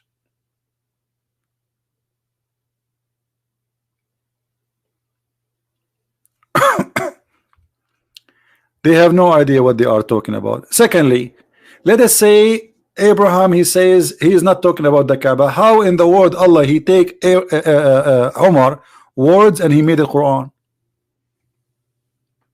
Let us say this is not about the Kaaba. This is about ice cream. Ice cream. Umar said, take ice cream as your best food. Allah he take the statement of Umar, he make a Quran.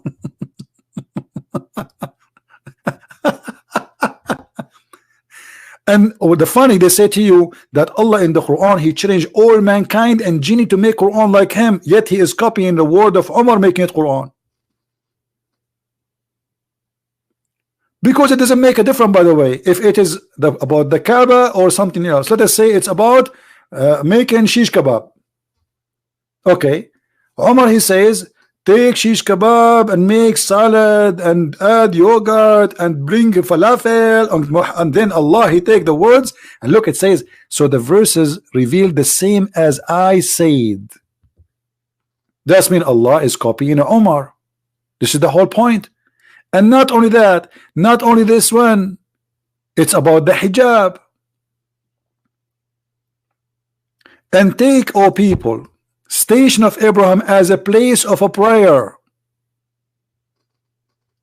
Place of a prayer. Where is that station? It's the Kaaba. And here it says, for some of your prayers, 2 rak'at and tawaf of the Kaaba. Do you see it? This is even in the hadith in front of you.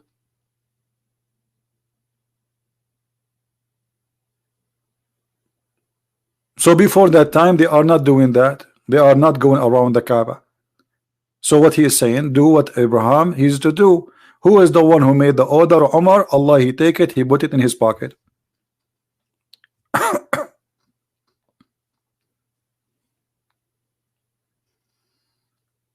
And the most important verse, which is the hijab impacting the life of every Muslim female, is because of the bomb of Sauda. Sauda, she goes to do poo-poo. Omar, because he's a savage man, low-class man, he make fun of the woman who is doing poo-poo. So what he said to her, Arafnaki ya Sauda. What a filthy man. Imagine your wife, she go to do poo-poo at the dark, and your friend, he go after her, he says, hey, we notice you, Sauda. Huh? We recognize you, Sauda. This is the reason for the hijab to come? Because the woman, she was doing poo-poo? And look how evil he is. He flirt with the wives of Muhammad, and then he go inside the house, he said to the Muhammad, tell your wives, man, to cover themselves. I mean, come on. He's just trying to cover himself, like, okay, they would tell him that he was flirting with us. He's telling him, I am looking at your women. Allah Messenger, ask the ladies to observe veil. But Allah Messenger, he did not answer, he did not care. And then he keeps saying that. And then one day, Sauda was going in the dark to call for the call of nature, to do poo-poo. And Omar, he said to her, we recognize you, Sauda. Aisha said, Allah the exalted, the glorious, then he revealed the verse. But this is the verse which Omar, he said.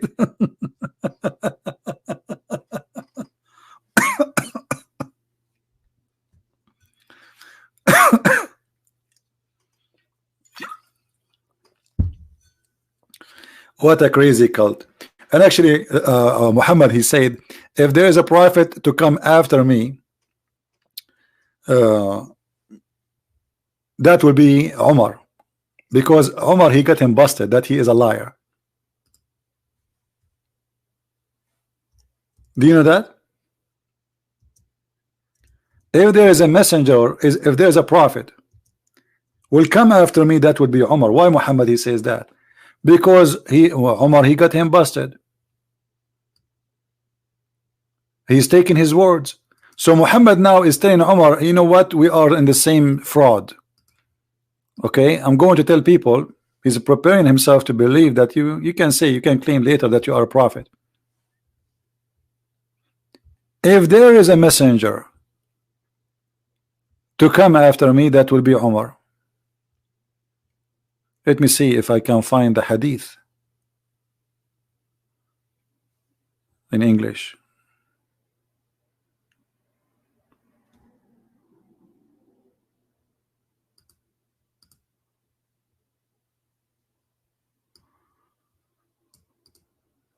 And how Muhammad, who is Muhammad to say such a statement?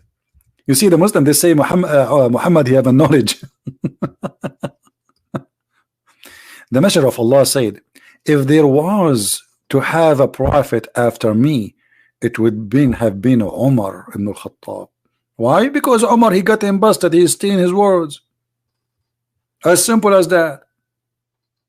And what is the qualification of Umar to be a prophet? Because he's a prophet already. He says things, it can become Quran.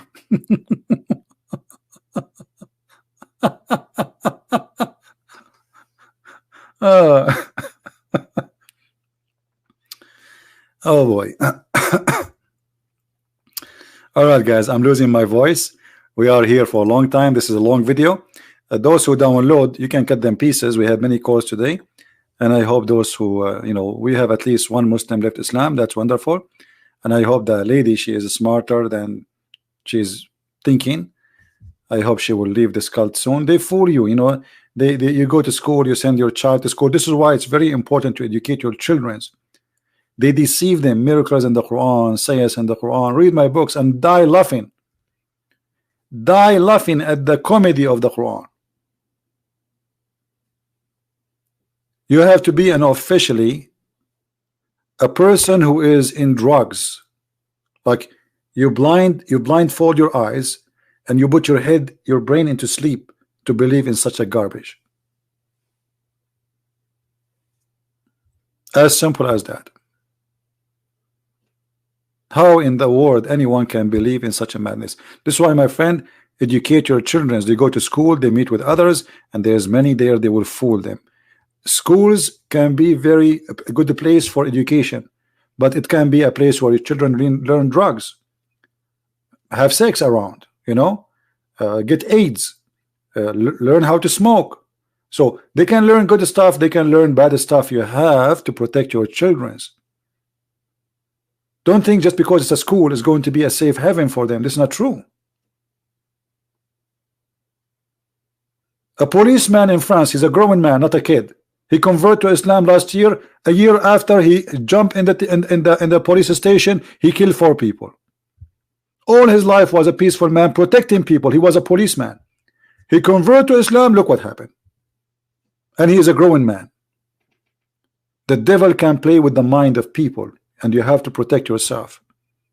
Knowledge is a protection. Foolishness is a destruction. That's why the Bible says, my people have been destroyed because of their ignorance. Ignorance, my friend, is what we fight. We are not fighting Muslims. I love the Muslims. I'm fighting ignorance. It's our enemy. It's not Muslims who they are my enemy. I love them. They believe in such a man who brought nothing but madness, violence, bloodshed, stupid teaching, superstition, false science, crazy science, and yet they don't want to listen. But I have good news for you. Millions of people watching my videos. I just gave my book to the Indonesian people, the biggest Islamic country, for free in their language. Let us see how many people they will die laughing after reading what the truth it says in Arabic, and how many they will leave Islam in Indonesia. We have thousands and thousands. Go and see in Morocco, go and see in Iraq, go and see in Kurdistan, go and see in China, the Muslims leaving Islam. Go everywhere. But you will see in the news, somebody converted to Islam. Because Islam, when you convert, nobody will kill you. But those who leave Islam are bigger, but nobody dare to say. Like the gentleman, he just spoke to me. He said he left Islam, but he don't dare to say. There's a consequence. They will kill me. They will torture me, you know. But the truth is, a lot are leaving Islam. And this is how we cry when we read the Quran. We cry laughing. Thank you guys for being here. I hope you have a good time. And don't forget, please, to download the video. This video will stay there maybe maximum 2 hours, 3 hours, and I will take it down. So please download as soon as you can. And enter, I see you soon again. If I can come tomorrow, I will. If not, God is willing, when the Lord, He allowed us to do it. Christ is Lord. Islam is false. And see you soon again. Take care.